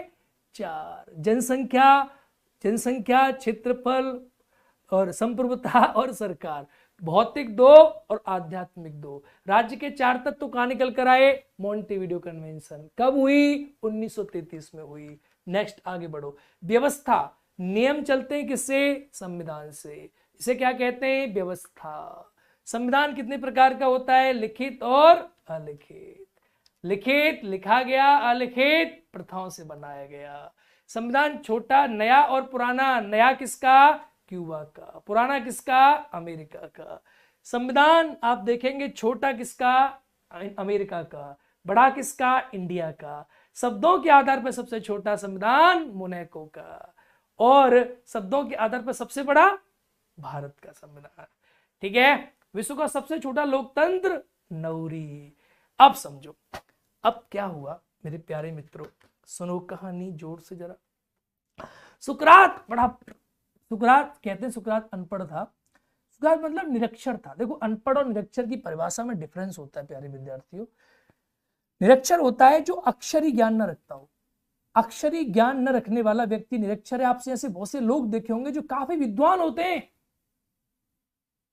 परंतु वो लिख नहीं पाते, पढ़ नहीं पाते, तो निरक्षर हो जाते हैं। सुकरात दुनिया का सबसे पहला विचारक था, और सोक्रेटिस ने, अब राजा का शासक था, सुकरात को किसी के साथ थोड़ा सा लगाव हो गया। ठीक है, ऐसे ही समझ जाओ, तुम बहुत समझदार हो। तो अब राजा ने क्या किया? सुकरात को उल्टा लटका दिया ऐसे, और सुकरात पे इतनी पिटाई लगाई। सुकरात ने कहा, सुकरात जब छोड़ा, सुकरात ने कहा कि राजा ने हमें कितना मारा है बताइए। हमारा दिल किसी के साथ लगा, और राजा कह रहा है कि नहीं तुम ये नहीं कर सकते, ये तो बड़ी गलत बात है। तो राजा ने इतना सुकरात को परेशान कर दिया कि सुकरात ने राजा के खिलाफ आवाज उठा दी, और सुकरात ने कहा कि मैं तो भूखा नंगा पैदा हुआ था, इस राजा ने मेरे ऊपर कंट्रोल कैसे कर लिया? मुझे तो भगवान ने ये कहा था कि जा बेटा सुकरात, तू और राजा तू दोनों बराबर है। सुकरात ने सारी बातें की। लोगों ने कहा पागल हो गया ये, मैं मूर्ख हो तुम, वो राजा है। सुकरात बोले कोई राजा वाजा नहीं है। और सुकरात ने अपनी बातें कही, लोगों ने कहा तो पागल है। पागल तो आदमी वैसी, मोहब्बत में तो लोग वैसे ही पागल हो जाते। सुकरात ने कहा सब बेकार है, राजा किसी काम का नहीं है। अब सुकरात की बात है, सुकरात कह रहा था, तो एक लड़का था प्लेटो। अब प्लेटो ने सुकरात की सारी बातें सुनी। देखो एक चार्ट बनाऊंगा, ऐसी बनाना, मेरे अकॉर्डिंग चार्ट बनाना। तो प्लेटो ने सुकरात की सारी बातें सुनी, और सारी बातें जो सुनी सुकरात प्लेटो की सारी बातों को लिखने लगा। ओहो, प्लेटो ने सुकरात की सारी बातें सुनी और सारी बातें प्लेटो को लगा कि बड़ी अच्छी बात कह रहा है, राजा को चैलेंज दे रहा है, क्योंकि राजा कोई विश्व की ऐसी कोई सरकार तो है नहीं जो नियमों को स्थापित करेगी। प्लेटो ने सुकरात की सारी बातों को सुना और सुकरात से पूछा कि दादा बताओ। प्लेटो ने लिखता गया, सुकरात बोलता गया। तो प्रश्न पूछा जाता है, the dialogues of Plato and सुकरात किस किताब में लिखे? और बेसिक प्रश्न है। तो प्रश्न आता है कि द रिपब्लिक पुस्तक के लेखक कौन है? अरे पेनवा में क्या हो गया भाई? प्रश्न आता है कि द रिपब्लिक पुस्तक के लेखक कौन है? ये प्रश्न आता है, ये प्रश्न देखेंगे आप लोग। द रिपब्लिक, ये किताब आप लोगों ने सुनी होगी, इधर मैं किताबें लिखूंगा, लेवल भी इसी अकॉर्डिंग लिखूंगा। इस पुस्तक के लेखक कौन है? रिपब्लिक। तो रिपब्लिक जो किताब है, सबसे पहला प्रश्न पूछा जाता है, रिपब्लिक जो किताब है वो सुकरात और प्लेटो के बीच में जो संवाद हुए थे वो संवाद इस किताब में लिखे। ये प्रश्न भी एग्जाम में पूछा गया है कि द रिपब्लिक पुस्तक के लेखक कौन है? प्लेटो।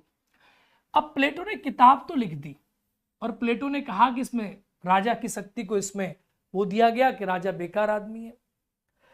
अब प्लेटो ने कहा इन्हें कुछ समझेगा कैसे? तो इसने समझने के लिए क्या किया? प्लेटो ने एक एकेडमी खोली और जिस एकेडमी का नाम था मेरे प्यारे विद्यार्थियों, द एकेडमी। The academy. अब देखो मैं लेवल को खींचूंगा, द एकेडमी। अब द एकेडमी कहां पर खोली गई? तो द एकेडमी खोली गई एथेंस में। अब मेरी बात को समझना बड़े ध्यान से। क्या अंतर होता है बीपीएससी के पेपर में और सब इंस्पेक्टर कांस्टेबल हवलदार के पेपर में? वहां ये नहीं पूछा जाता, वहां पूछा जाता है सुकरात के शिष्य कौन थे? प्लेटो।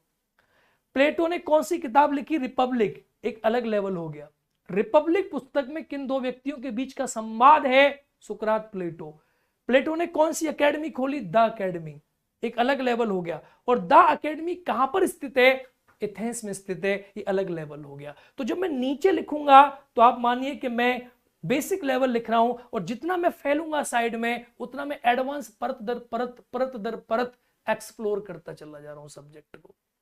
समझ लो मेरी बात। जाने इसने द एकेडमी खोल दी और द एकेडमी में राजनीति विज्ञान की पढ़ाई हो, पॉलिटी की पढ़ाई हो, इसमें सब पॉलिटी पढ़े। अब यार ये तो बड़ी अच्छी बात थी। अब जिस कोचिंग सेंटर में या जिस मतलब कोचिंग सेंटर कह रहा हूं मैं, जिस यूनिवर्सिटी में या जिस कॉलेज में आप पॉलिटी की पढ़ाई हो, साइंस की पढ़ाई हो, पॉलिटिकल साइंस की पढ़ाई हो, उसी से तो विद्वान आदमी निकलेंगे। इसी द एकेडमी से एक बच्चा, एक चेला निकला पढ़ के जिसका नाम था अरस्तु। क्या नाम था? जोर से बोलो। अरस्तु। अरस्तु को इंग्लिश में, इंग्लिश मीडियम वाले कहते हैं अरिस्टोटल। ठीक है, तुम्हें अंग्रेजी मीडियम का बनाना है एकदम मुझे।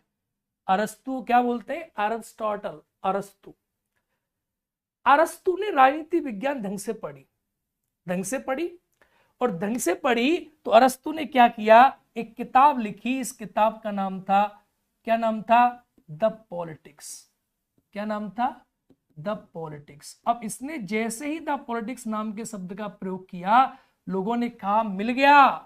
पूछा कौन? बोला फादर ऑफ पॉलिटिकल साइंस। इसे कहते हैं राजनीति विज्ञान का जनक, फादर ऑफ ऑल साइंस। अब मैं आपको समझाऊंगा कि वनडे एग्जाम से प्रश्न कैसे बनते हैं।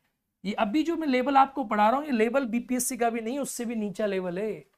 अब यकीन मानिए बीपीएससी का लेवल तो कभी काफी अच्छा सुधर चुका है। ये तो बेसिक बातें जो आपको पता होनी चाहिए। अरस्तु ने किताब लिखी द पॉलिटिक्स और अरस्तु बन गया फादर ऑफ पॉलिटिकल साइंस, क्योंकि इसने पॉलिटिक्स नाम के शब्द का प्रयोग कर दिया। अब अरस्तु का चेला कौन होगा? यार जिसके गुरु ने, अब अरस्तु तो आपको पता है कितनी सब्जेक्टों के पिता थे वो, तो इनका चेला निकला, उसका नाम था सिकंदर। आपने नाम सुना है? सिकंदर। सिकंदर महान। इसे आप लोग नाम देते हो अलेक्जेंडर द ग्रेट।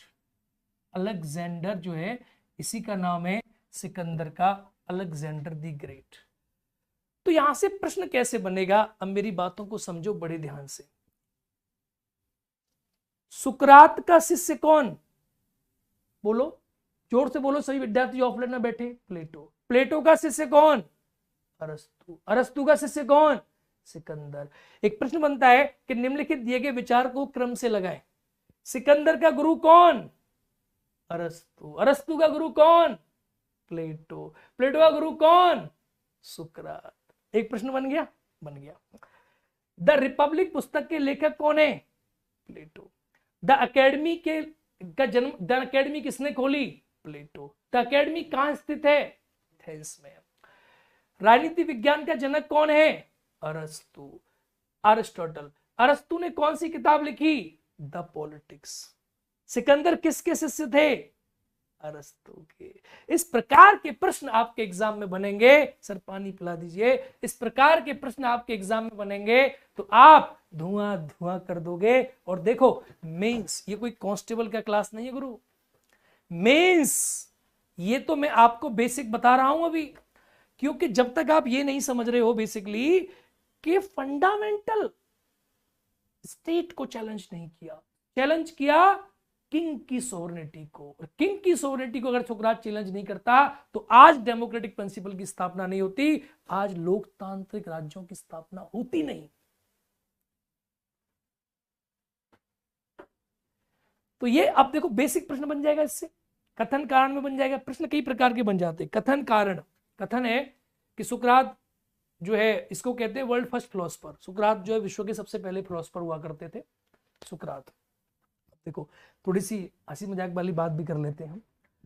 सुकरात ने कहा कि दुनिया में सबसे इंपॉर्टेंट चीज है प्यार। सुकरात को प्यार था, मोहब्बत थी। तो कहते love is the most powerful weapon of the world. ठीक है। प्लेटो जो थे, प्लेटो ने कहा कि भैया ऐसा है कि राजा होना चाहिए। प्लेटो ने रात बात समझी। प्लेटो कहता था raja should be king, should be philosopher. राजा पढ़ा लिखा होना चाहिए, फिलोसफर होना चाहिए। अरस्तु ने कहा कि भैया राजा को सिर्फ एक चीज आती हो, कैसा हो? ऐसा राजा होना चाहिए, ऐसा। समझ गए? समझ गए ना? हाँ बिल्कुल। पॉलिटिक्स, अरस्तु ने कहा कि राजा को सिर्फ एक चीज आती हो, अरस्तु ने कहा पॉलिटिक्स। सिकंदर कहता है कि this is nothing impossible in this world. इस दुनिया में कुछ भी असंभव नहीं है। तो ये थी हमारी बेसिक सी बातें जो मैंने आपको पीटी के तरीका से पॉलिटी को समझाया। अब हमें सब्जेक्ट को समझना है और आगे बढ़ना है, और एकदम कदम कदम कदम कदम चढ़ा के आपको शिखर तक लेके जाऊंगा। कदम कदम आपका बेस होना बहुत मजबूत है। आपका बेस स्ट्रांग होगा तो आप हिलोगे नहीं, ना प्रीलिम्स में, ना मेंस में, ना इंटरव्यू में। ये क्लास मेरी तीनों लेवल की एक साथ चलती है, प्रीलिम्स भी, मेंस भी और इंटरव्यू भी। तीनों में जबरदस्त पकड़। और ऑप्शनल तो अब हट गया, लेकिन एमसीक्यू वाला रहेगा तो तब भी जबरदस्त पकड़, एकदम सॉलिड, हिलना नहीं है बेटा। समझ गए? सुकरात, प्लेटो, अरस्तु और सिकंदर। समझ में आ गए? प्रश्न कर लोगे आप लोग? टाइट। अब यहां से क्या हुआ कि अरस्तु ने जब पहली बार द पॉलिटिक्स नाम के शब्द का प्रयोग करा तो यहां से राजनीति विज्ञान के बारे में पढ़ाई चालू हो गई कि राजनीति विज्ञान में कोई सब्जेक्ट होता है। और जैसे ही राजनीति विज्ञान के बारे में कोई पढ़ाई चालू हुई कि ये भी कोई सब्जेक्ट होता है, तो दुनिया में अब क्या हुआ कि ये सब जो विचारक आपने देखे, सारे के सारे जो विचारक हैं, ये कहां पैदा हुए? ये सारे के सारे विचारक पैदा हुए यूरोप में। अब हम बात करते हैं हमारे इंडिया देश के बारे में। यूरोप में सब चल रहा था, हमारे देश में क्या चल रहा था, हमारे तब भारत देश में क्या हो रहा था, इसके बारे में अगर मैं आपको बात समझाना चाहूं कि उस समय हमारे इंडिया में क्या हो रहा था। यूरोप में सब नियम बने, सब नियमों की स्थापना हो गई। हमारा भारत देश उस समय क्या कर रहा था, और हमारे देश में इस संविधान के नाम की स्थापना कैसे हो गई। अब बात करते इंडिया में पॉलिटी कैसे आई। ठीक है, इंडिया में पॉलिटी कैसे आई। सुंदर प्यारा देश हमारा, ये भारत देश हमारा सुंदर प्यारा। ये इंडिया का आप देख रहे हो, या इंडिया का, इंडिया आपको यहाँ नजर आ रहा है, ये देखिए भारत देश है हमारा। अब मैप में तो आप एक्सपर्ट होंगे वैसे भी, आप देखो ये भारत देश है हमारा। अरे भैया थोड़ा भारत देश आ जाओ बाहर, ये हमारा इंडिया है। ठीक है, ये मैप है हमारे देश का। तो इंडिया, इस इंडिया में पॉलिटी कैसे आई, इंडिया में पॉलिटी का विस्तार कैसे हुआ। तो देखो मैं सबसे पहले आपको एक बात बता दूं कि इंडिया में पॉलिटी आने की जो शुरुआत हुई वो आपको पता है अंग्रेजों के यहाँ सबसे पहले विकास हो गया। अब आपने सबने ज्योग्राफी में चीजें पढ़ी होंगी, अब मैं थोड़ी सी ज्योग्राफी क्या थोड़ी सी हिस्ट्री बताऊंगा आप लोगों को, फिर आप सभी चीजें जानते होंगे कि इंडिया में पॉलिटी कैसे आई। सबसे पहले विकास कहाँ हुआ? देखो लोकतंत्र वगैरह पहले यहाँ डेवलप हुए। हमारे कंट्री में क्या था, हमारे कंट्री में तब भी राजा था, क्योंकि हमारे कंट्री में आप कह सकते हो कि हमारे कंट्री में कोई ऐसा तो था नहीं कि हमारे कंट्री में कोई डेवलप हो गया हो। ठीक है, हमारे कंट्री में कोई लोकतंत्र बनाओ। हमारे कंट्री में उस समय की बात है, अकबर हो गए, या उससे पहले हमारे देश में अशोक वगैरह राजा हुआ करते थे, पुरानी बातें। सब हमारे कंट्री में राजा थे। उनकी कंट्री में राजा ही थे। हमारे देश में कैसे व्यवस्था बनी, हमारे देश में कैसे पॉलिटी आई, इसका विकास कैसे, तो बड़ा कठिन कार्य रहा। कैसे भारत में यूरोपीय कंपनियों का प्रवेश हुआ, इस बात को अब आप जानने की कोशिश करना। इतिहास का टॉपिक है, मैं थोड़ा समझाऊंगा, फिर आपको पॉलिटी पे ले आऊंगा, ठीक है। आप इतने जानते होंगे ना। देखो यूरोपीय, जैसे आपने देखा कि वास्को डी गामा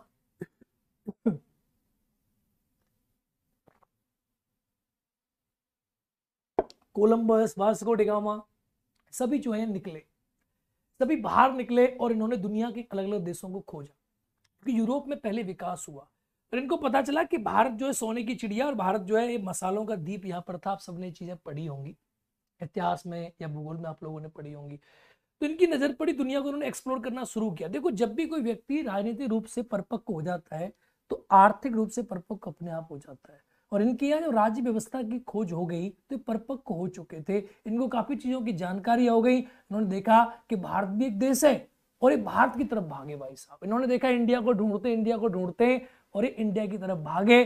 अब आपको पता ही है कि भागने में कोलंबस कहाँ चला गया और फिर वास्को डी गामा इंडिया आ गया। जब इंडिया आया तो आपको पता है कि यहां से उसने मसाले लिए और वहां जाके विदेश में इतनी महंगी दरों पर बेचे। तो इस प्रकार से यूरोप के देश भारत के साथ व्यापारिक संबंध स्थापित करने के लिए जुड़ना चाहते थे। ये इतिहास है, थोड़ा सा पॉलिटी को थोड़ा कॉपी में लिखना नहीं है, अभी थोड़ा सा सब्जेक्ट से गैप ले रहे हैं, समझ रहे हैं चीजों को। अब सब जुड़ना चाहते थे भारत के साथ। इसी भारत के साथ जुड़ने के क्रम में तो ये अंग्रेज जो थे ये कहाँ आए, अंग्रेज जो है भारत में आना अंग्रेजों ने शुरू किया।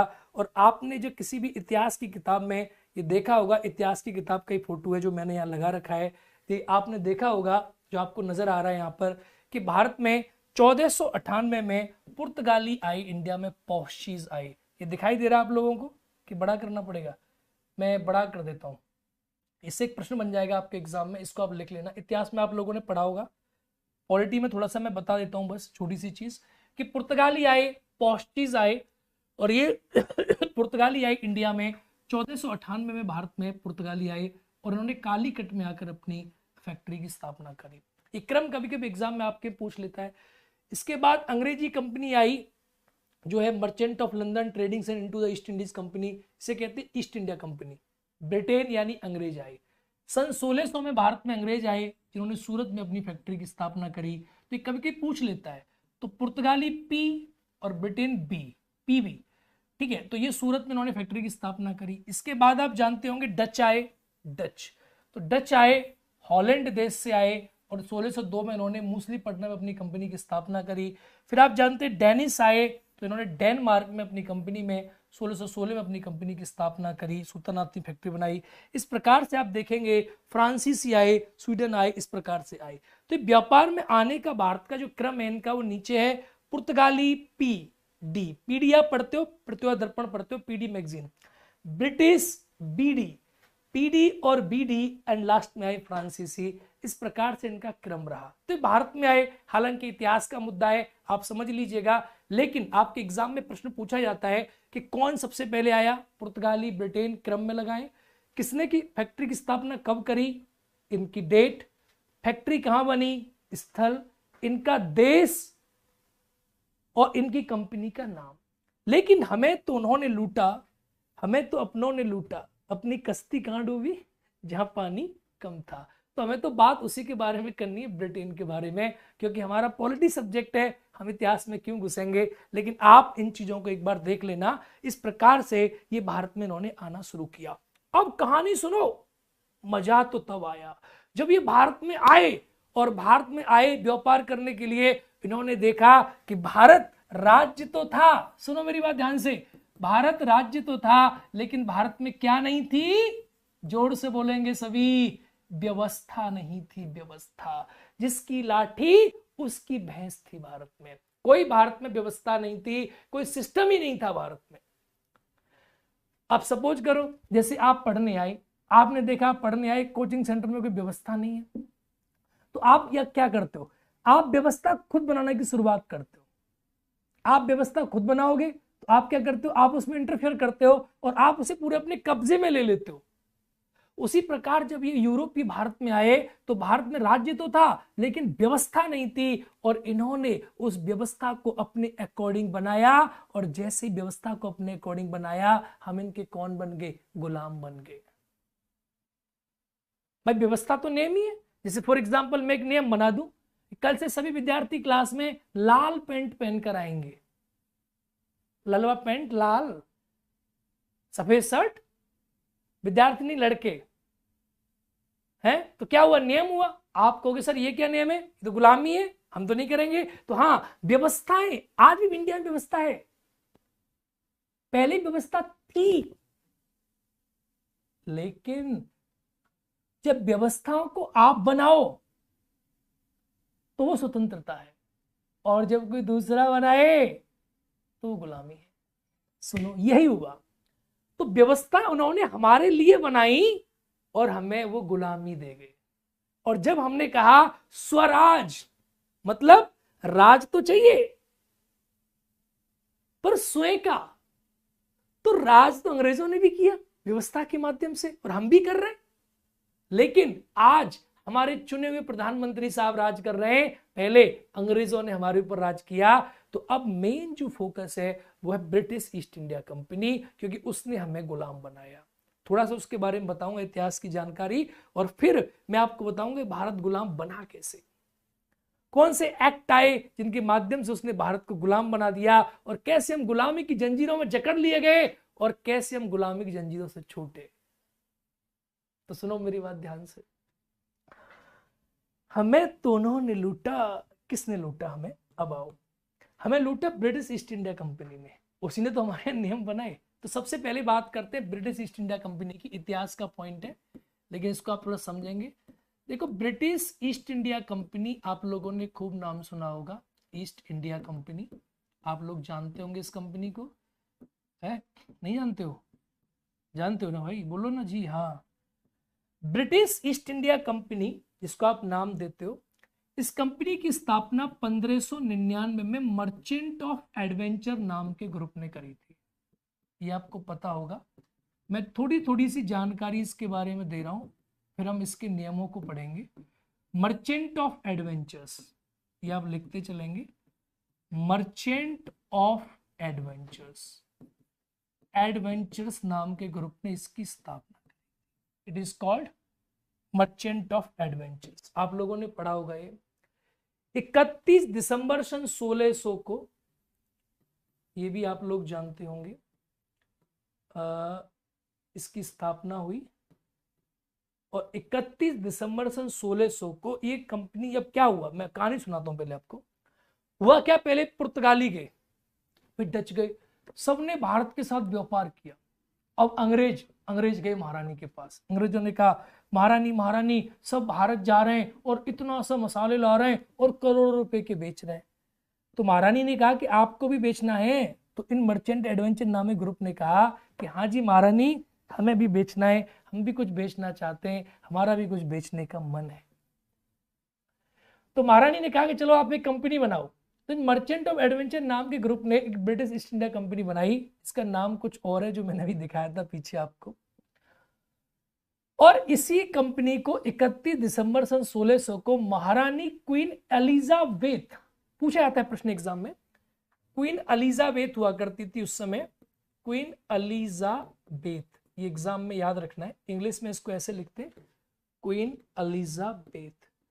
तो क्वीन एलिजाबेथ ने 31 दिसंबर सन 1600 को इस ईस्ट इंडिया कंपनी को भारत के साथ व्यापार करने के लिए 15 वर्ष का चार्टर दिया कि जाओ आप भी भारत के साथ व्यापार करो, और जैसे पुर्तगाली और डच पैसे कमा रहे हैं ऐसे आप भी पैसे कमाओ।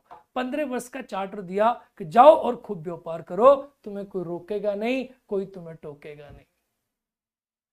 देखो, अब अपने मन में कहानी चलाओ कि कैसे हमारा देश व्यापार की रास्ते से कैसे हम उनके गुलाम बन जाएंगे। जैसे कभी कभी देखा है ना आप लोगों ने, कभी कभी तुम अच्छा करते हो लेकिन कभी कभी एक मुलाकात बहुत कुछ बन जाती है। उसी प्रकार से यहाँ आप देखोगे कि अंग्रेज जब भारत आए तो उन्होंने व्यापार करने के लिए आए। और हाँ, इतिहास में प्रश्न पूछा जाता है कि जब ईस्ट इंडिया कंपनी की स्थापना हुई उसमें भारत का राजा कौन था, अकबर था, जब आए तो भारत का राजा जहांगीर था। ये सब इतिहास के मुद्दे हैं। सन 1609 में इसी ईस्ट इंडिया कंपनी को, सन 1600 में इजाजत दी थी महारानी ने। सन 1609 में बाबू, कब? सन 1609 में इसी ईस्ट इंडिया कंपनी को जेम्स प्रथम, जेम्स प्रथम आप सभी जानते होंगे, आपने नाम सुना होगा। जेम्स प्रथम ने अनिश्चित काल के लिए व्यापार करने की अनुमति दे दी। अनिश्चित काल, इंडेफिनिट पीरियड, यानी महारानी ने 15 साल दी थी, लेकिन 1609 में जेम्स प्रथम ने इसको अनिश्चित काल करने की अनुमति दे दी कि भैया आप इसके साथ व्यापार करो और धुआंधार आप अपनी चीजों को जो आपको करना है करो। अब ये कंपनी भारत आई। भारत आके आप सभी ने इतिहास में पढ़ा हुआ, कैप्टन हॉकिंस, विलियम हॉकिंस, ये सब इंडिया आए और इन्होंने अनुमति ली, ये सब ले लाके, और इन्होंने देखा कि भारत में तो सिस्टम ही नहीं है, भारत की व्यवस्था तो बड़ी खराब है, और इन्होंने क्या किया, भारत पर अपना अधिकार स्थापित करने की शुरुआत कर दी, अपने नियम स्थापित करने की शुरुआत कर दी, और हमारे देश को ऐसे करके अपने पंजे में जकड़ लिया। अब आपने पढ़ा कि कंपनी जब भारत पे आई तो उन्होंने प्लासी का युद्ध लड़ा। इसी कंपनी के बारे में आप जब पढ़ते हो कि जब ये भारत में आए, इतिहास की जानकारी थोड़ा शॉर्टकट चल रहा हूं मैं, क्योंकि मैं पॉलिटी पे चढ़ना है ना जल्दी से, क्यों इतिहास में टाइम वेस्ट कर रहे हो। तो हुआ क्या कि जब ये भारत आई तो ऐसे करके इन्होंने भारत को जकड़ना शुरू किया।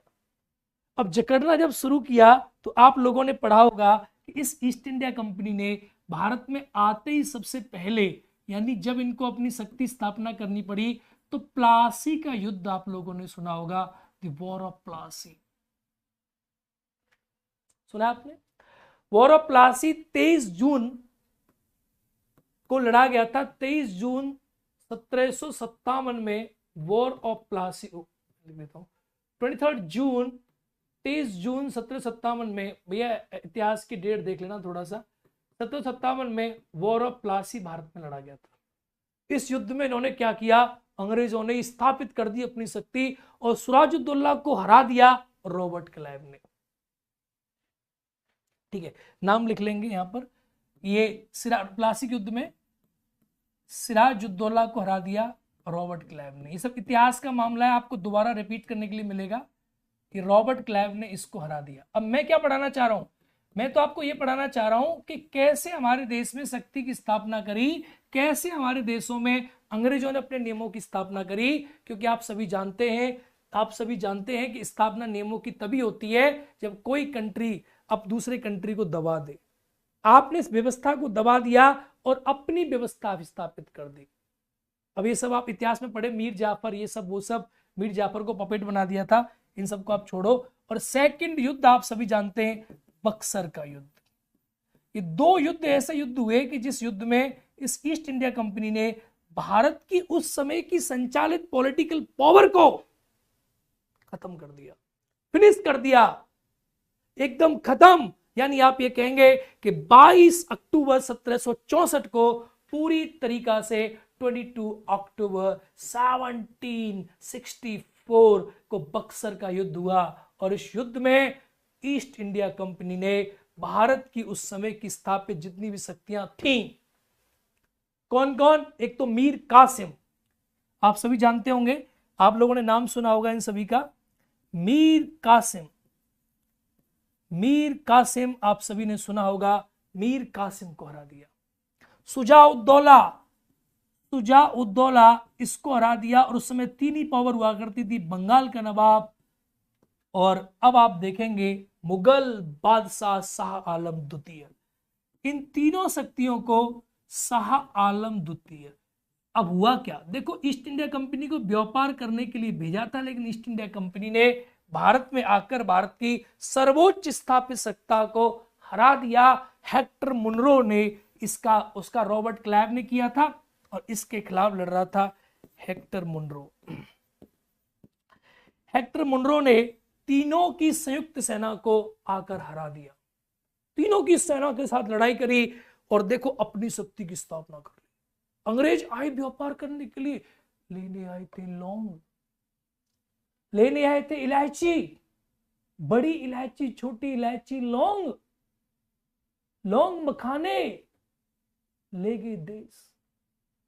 लेने आए थे कुछ और इलायची और ये कर गए कुछ और। इन्होंने भारत की स्थापना सभी शक्ति को हरा के और अपनी सत्ता की स्थापना करी। और इसी से आप देखेंगे कि इस युद्ध का परिणाम आप जब पढ़ते हैं कि इलाहाबाद की संधि के माध्यम से शाह आलम द्वितीय जो मुगल बादशाह को पेंशन पे भेज दिया और रॉबर्ट क्लाइव ने बंगाल में द्वंद्व शासन की स्थापना कर दी। और यहीं से इन अंग्रेजों ने भारत में अपनी व्यवस्था की स्थापना कर दी। मैं इतिहास नहीं पढ़ा रहा था, मैं तो पढ़ा रहा था व्यवस्था, कि व्यवस्था कैसे बनी, अंग्रेज हमारे देश के अंदर घुस कैसे गए। भाई सिस्टम है ना, अंग्रेज हमारे देश में कैसे घुसे। तो ये जो इन्होंने स्क्रू डाला और ऐसे खर खर खर खर खोद के हमारे देश को कब्जे में कर लिया, हमारे देश की पॉलिटिकल पावर को हरा दिया और अपने नियमों की स्थापना करी। और आप अब देखोगे कि अंग्रेजों ने पहली बार अपने नियमों की स्थापना कब करी इंडिया में, फिर मैं आपको पूरी कहानी बताऊंगा। आपने देखा होगा बंगाल का द्वैध शासन, यहां शासन नाम का जो शब्द मैंने प्रयोग किया, ये अंग्रेजों ने पहली बार करके बंगाल में द्वैध शासन दायर की, लागू की। बंगाल में द्वैध शासन अंग्रेजों ने लागू किया। द्वैध शासन 1765 से लेकर द्वैध शासन लगा और 1772 में आप जब आगे पढ़ोगे अब आगे, तब ये द्वैध शासन हटेगा 1772 में। ठीक है, रॉबर्ट क्लाइव ने भारत में द्वैध शासन बंगाल में लगाया था। रॉबर्ट क्लाइव, ये द्वैध शासन का मतलब हो गया कि अंग्रेज अब भारत के शासन में सबसे पहली बार शामिल हुए। द्वैध का मतलब होता है किसी जगह पर दो लोगों का शासन होना। द्वैध का मतलब होता है डुअल, किसी भी एक चीज पर दो लोगों का शासन होना। तो इसमें एक दीवानी थी और एक बोलते निजामत, दो चीजें थी। एक का नाम था दीवानी, दीवानी, और एक का नाम था निजामत। क्या नाम था मेरे प्यारे बच्चों? निजामत। आप दीवानी किसे कहते थे? दीवानी का मतलब होता था रेवेन्यू। क्या बोलते थे आप इसे? रेवेन्यू मतलब दीवानी। और निजामत का मतलब होता था शासन। शासन का मतलब है गवर्नेंस। तो यहां देखो, ये कहा कि ये तो हम नहीं करेंगे, हम सिर्फ ये लेंगे। यानी दीवानी अधिकार अंग्रेजों ने ले लिए, अपने पास रख लिए। दीवानी अधिकार अंग्रेजों ने ले लिए, कंपनी ने ले लिए, और गवर्नेंस का अधिकार राजा को दे दिया। इसके माध्यम से आप देखेंगे प्रभाव ये पड़ा इसका, द्वैध शासन का, जो बंगाल में द्वैध शासन लागू हुआ। ये निजामत ये राजा के पास दे दी और दीवानी ये कंपनी ने ले ली। द्वैध शासन का प्रभाव ये पड़ा कि अंग्रेजों ने भारत में खूब सारे कंपनी का व्यापारिक एकाधिकार हो गया, ट्रेड मोनोपोली हो गई, लूटपाट, कंपनी का नियंत्रण, भ्रष्टाचार, सभी कांड कंपनी ने शुरू कर दिए और कंपनी अनियंत्रित हो गई। अब जो रानी, जिस रानी ने भारत में कंपनी को व्यापार करने के लिए भेजा था, उस रानी ने यह देखा कि कंपनी तो भारत में अनियंत्रित हो गई और कंपनी ने सब कुछ कब्जे में कर लिया। फॉर एग्जाम्पल आप बाहुबली हो, आपने अपने किसी चेले को बोला, बाहुबली क्या करते हैं तो बोलते हैं कि जाओ वो जमीन वह देख लो, हमारा जमीन वह गेहूं लगा लो। वो चेला क्या किया कि तुम्हार जमीन जो तुम भेजे उस पर गेहूं लगा लिया और अगल बगल की 25-30 लोगों की जमीन और हत्या लिया। तब तुम्हें पता चला कि जो तुमने चेला भेजा था वो तुम्हारी कमान से बाहर निकल गया। ईस्ट इंडिया कंपनी जब बाहर आई, यहां आई, तो उसने अपने कमांड में सब कुछ ले लिया। ये बात अंग्रेजों को पता चली और जब ये बात अंग्रेजों को पता चली, वहीं से आप देखेंगे कि भारत में कंपनी का जो कानून था, लॉ था, जो व्यवस्था थी, उसकी शुरुआत हुई। अब देखो आप कानून कैसे कानून बना, कानून कैसे बना। अब पॉलिटी आएगी, ये तो बीच में इतिहास आ गया था, लिख तो लिया आप लोगों ने। दीवानी कंपनी के पास था, पैसे लगाना, पैसे लेना, टैक्स लगाना, और गवर्नेंस राजा के पास थी। अब आप देखेंगे यहां से, तो ये अब आप लॉ कि भारत में किस प्रकार से व्यवस्थाएं बनी, भारत में सिस्टम व्यवस्था डेवलप कैसे हुई। व्यवस्था मतलब कानून। भारत में कानून किस प्रकार से बना, तो इसके दो सेगमेंट है।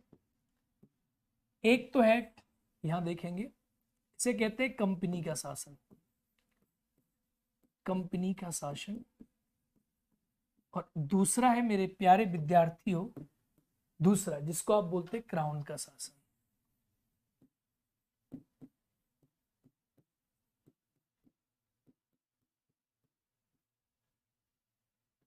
कंपनी रूल, और ये कौन सा है, क्राउन रूल, और ये कौन सा है, कंपनी रूल। ये दो प्रकार का सिस्टम डेवलप हुआ।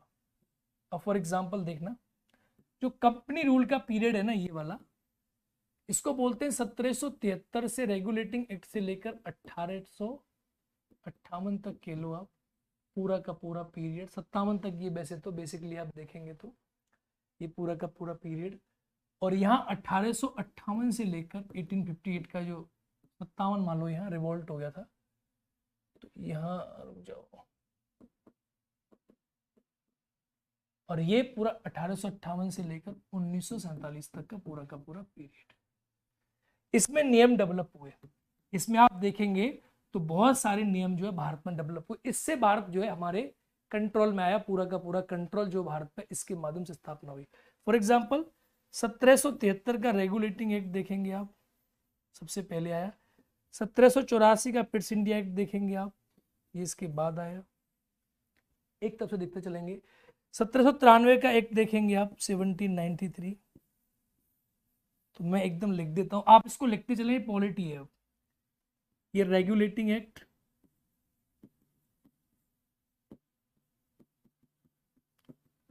रेगुलेट किया कंपनी को, क्योंकि बिगड़ गया था ना, उनका भेजा हुआ बच्चा बिगड़ गया था। ये पिट्स इंडिया एक्ट,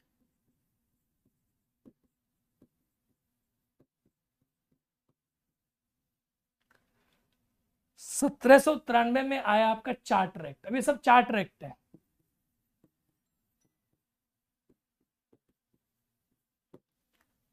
ठीक है। इसके बाद आप नीचे लिखेंगे, इसी के नीचे 1800 में लिख देता हूं, आप लिखो इसको एक बार जरा।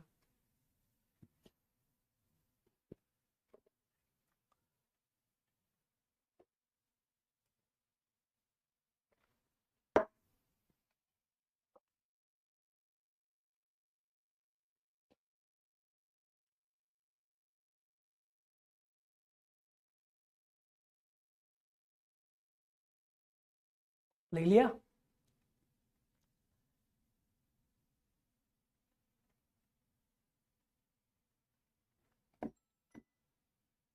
आप लिख लो, चार्टर चार्टर लिख देना। 1813, 1833, आप ये सब लिख लो, अपने आप ही लिख लो।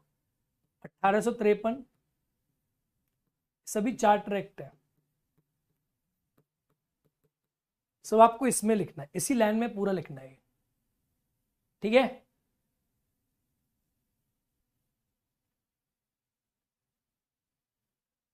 डन। इस लाइन में यहां, अब आप यहां देखोगे तो 1861 इंडियन काउंसिल एक्ट, 1858 लिख देता हूं पहले, 1858, इस वाले में क्राउन रूल में 1861, 1892 आप लोगों ने सुना होगा, 1909, 1919, 1935, 1935 सुना होगा। इसके बाद 1947, तो ये क्राउन रूल के नियम है। ये सब क्या है, क्राउन रूल है। अब ये सब आपको डिटेल में, ये क्राउन रूल है ऐसे करके, और ये क्या है, ऐसे करके। इन नियमों के माध्यम से अंग्रेजों ने हमें क्या बनाया, गुलाम बनाया। इन नियमों के माध्यम से अंग्रेजों ने हमें क्या बनाया, गुलाम बनाया। तो ये पूरे इधर वाले जो हैं, इधर वाले जो मैंने लिखे, ये किसके शासन है, कंपनी का शासन, ये वाला। और वो वाला किसका शासन है, क्राउन का शासन। ऐसे करके अंग्रेजों ने हमें इनके माध्यम से गुलाम बनाया। और अब गुलाम के बाद कल पढ़ेंगे कि हमने गुलामी की जंजीरों को तोड़ने के लिए क्या किया, इन गुलामी की जंजीरों से निजात पाने के लिए हमने क्या किया, कौन सा प्रयास किया, कि इन गुलामी की जंजीरों को कैसे तोड़ा जाएगा, हमने इसके लिए क्या क्या चीजें की।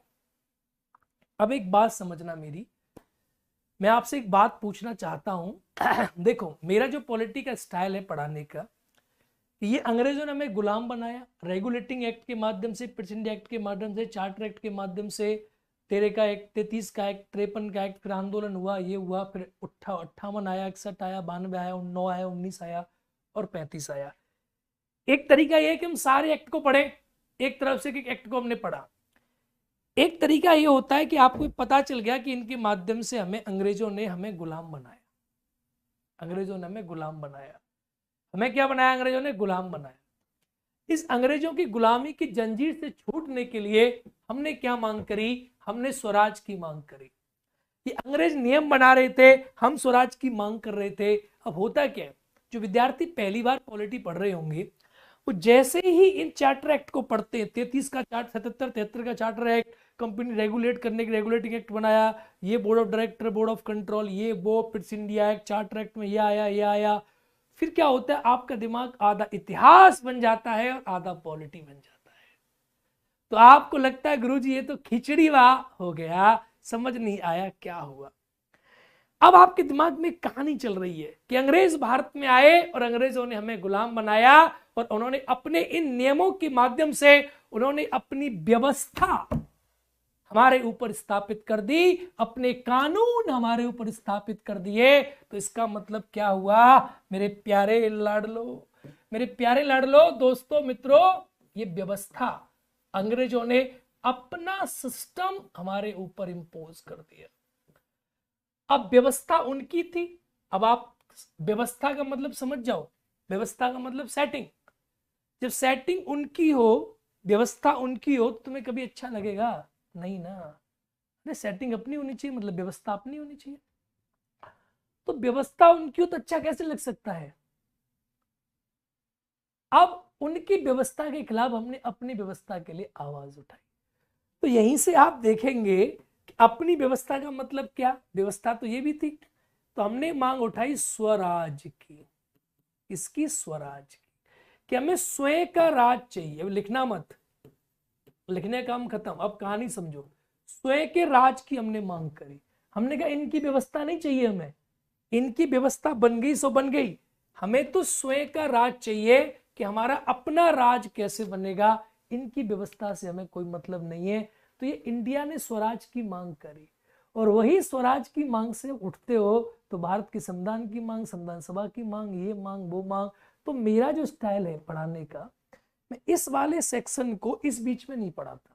जैसे 73 का रेगुलेटिंग एक्ट, 84 का, पूरी पॉलिटी का मजा खराब कर देता है ये सेक्शन। इसमें क्या है, इकबाल की अलग अलग चीजें, आप पता नहीं, आप अंग्रेजों के बारे में पढ़ रहे हो, कभी कहीं पढ़ रहे हो, कभी कुछ पढ़ रहे हो, दिमाग खराब हो जाता है। अब आप ये समझो व्यवस्था है, व्यवस्था। व्यवस्था क्या है? व्यवस्था। हमने इनकी व्यवस्था के खिलाफ अपनी आवाज उठाई। तो अब मुझे कल आप बताओगे या मेरा तरीके से पढ़ोगे, तो मेरा तरीका यह है कि हमने स्वराज की मांग करी, हमने व्यवस्था, अपनी व्यवस्था की मांग करी। और व्यवस्था कहां बनती है? संविधान में बनती है।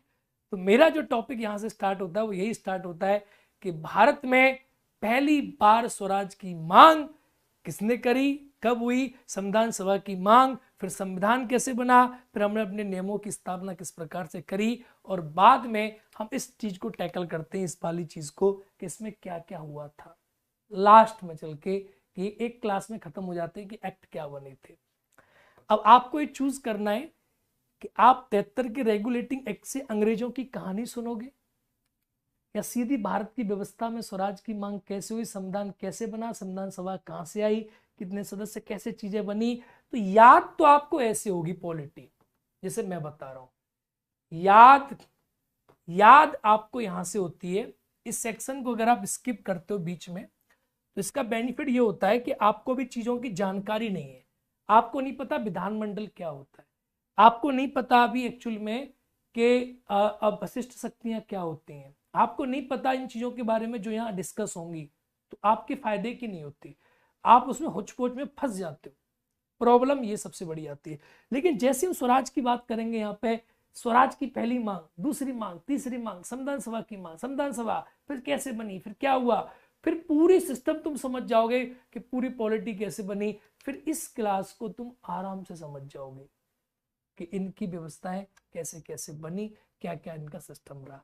तो मैं जो 7-8 साल से पढ़ा रहा हूँ इतने लंबे उससे, तो अब आप बताओ मुझे, कमेंट करके कल बताना मुझे कि हम यहाँ से चले या व्यवस्था से चले। और व्यवस्था से चलोगे तो अंग्रेजों ने अपनी व्यवस्था बना दी, और अंग्रेजों की बनी हुई व्यवस्था, जो अंग्रेजों ने इतने नियमों की स्थापना करी, इन अंग्रेजों के नियमों के खिलाफ हमने आवाज उठाई, और इसी आवाज को हमने कहा कि अंग्रेजों का राज की जो स्थापना की है, ये राज की स्थापना न कर कर हमें तो स्वराज चाहिए, स्वराज स्वराज स्वराज। यहां से पढ़ेंगे, फिर यहां से पूरी डायमेंशन आपकी निकल कर आएगी कि अंग्रेजों के राज के खिलाफ हमने स्वराज की मांग कैसे करी, कैसे स्वराज की मांग करी, फिर कैसे हमने संविधान की मांग करी, फिर कैसे सेकेंड वर्ल्ड वॉर हुआ, कैसे हमने संविधान सभा की मांग करी, कैसे उन्होंने हमारा संविधान बनाया, क्या प्रवृत्ति रही, क्यों अंग्रेज इंडिया से भाग गए, संविधान सभा का प्रवर्तन कैसे रहा, कब क्या कैसे कैसे हुआ, ये सारी जानकारियां एकदम बेहतरीन तरीका से, यानी 1900, मैं आपको बताऊं 1946 1946 कैबिनेट मिशन से हम इस पूरी डायमेंशन को पढ़ते हैं, यानी बीच में से। ठीक है, तो कल जो है मैं अपने अकॉर्डिंग लेके चलूंगा, आप मेरे अकॉर्डिंग चलें। अगर आप पॉलिटी में बादशाह बनना चाहते हैं तो आप यहां से चलोगे तो आपको मजा आएगा, और उस सेगमेंट को बीच में आकर जैसे ही आपकी समझ में सब आ जाएगा कि विधानमंडल क्या है, अवशिष्ट शक्तियां क्या होती हैं, तब वो समझने में आपको मजा आएगा। तो अब वर्ड पकड़ना है कि इस पूरे के माध्यम से अंग्रेजों ने स्थापना करी, और क्या बना, इसके माध्यम स्वराज बना। मैं सर के साथ भी डिस्कस कर लूंगा।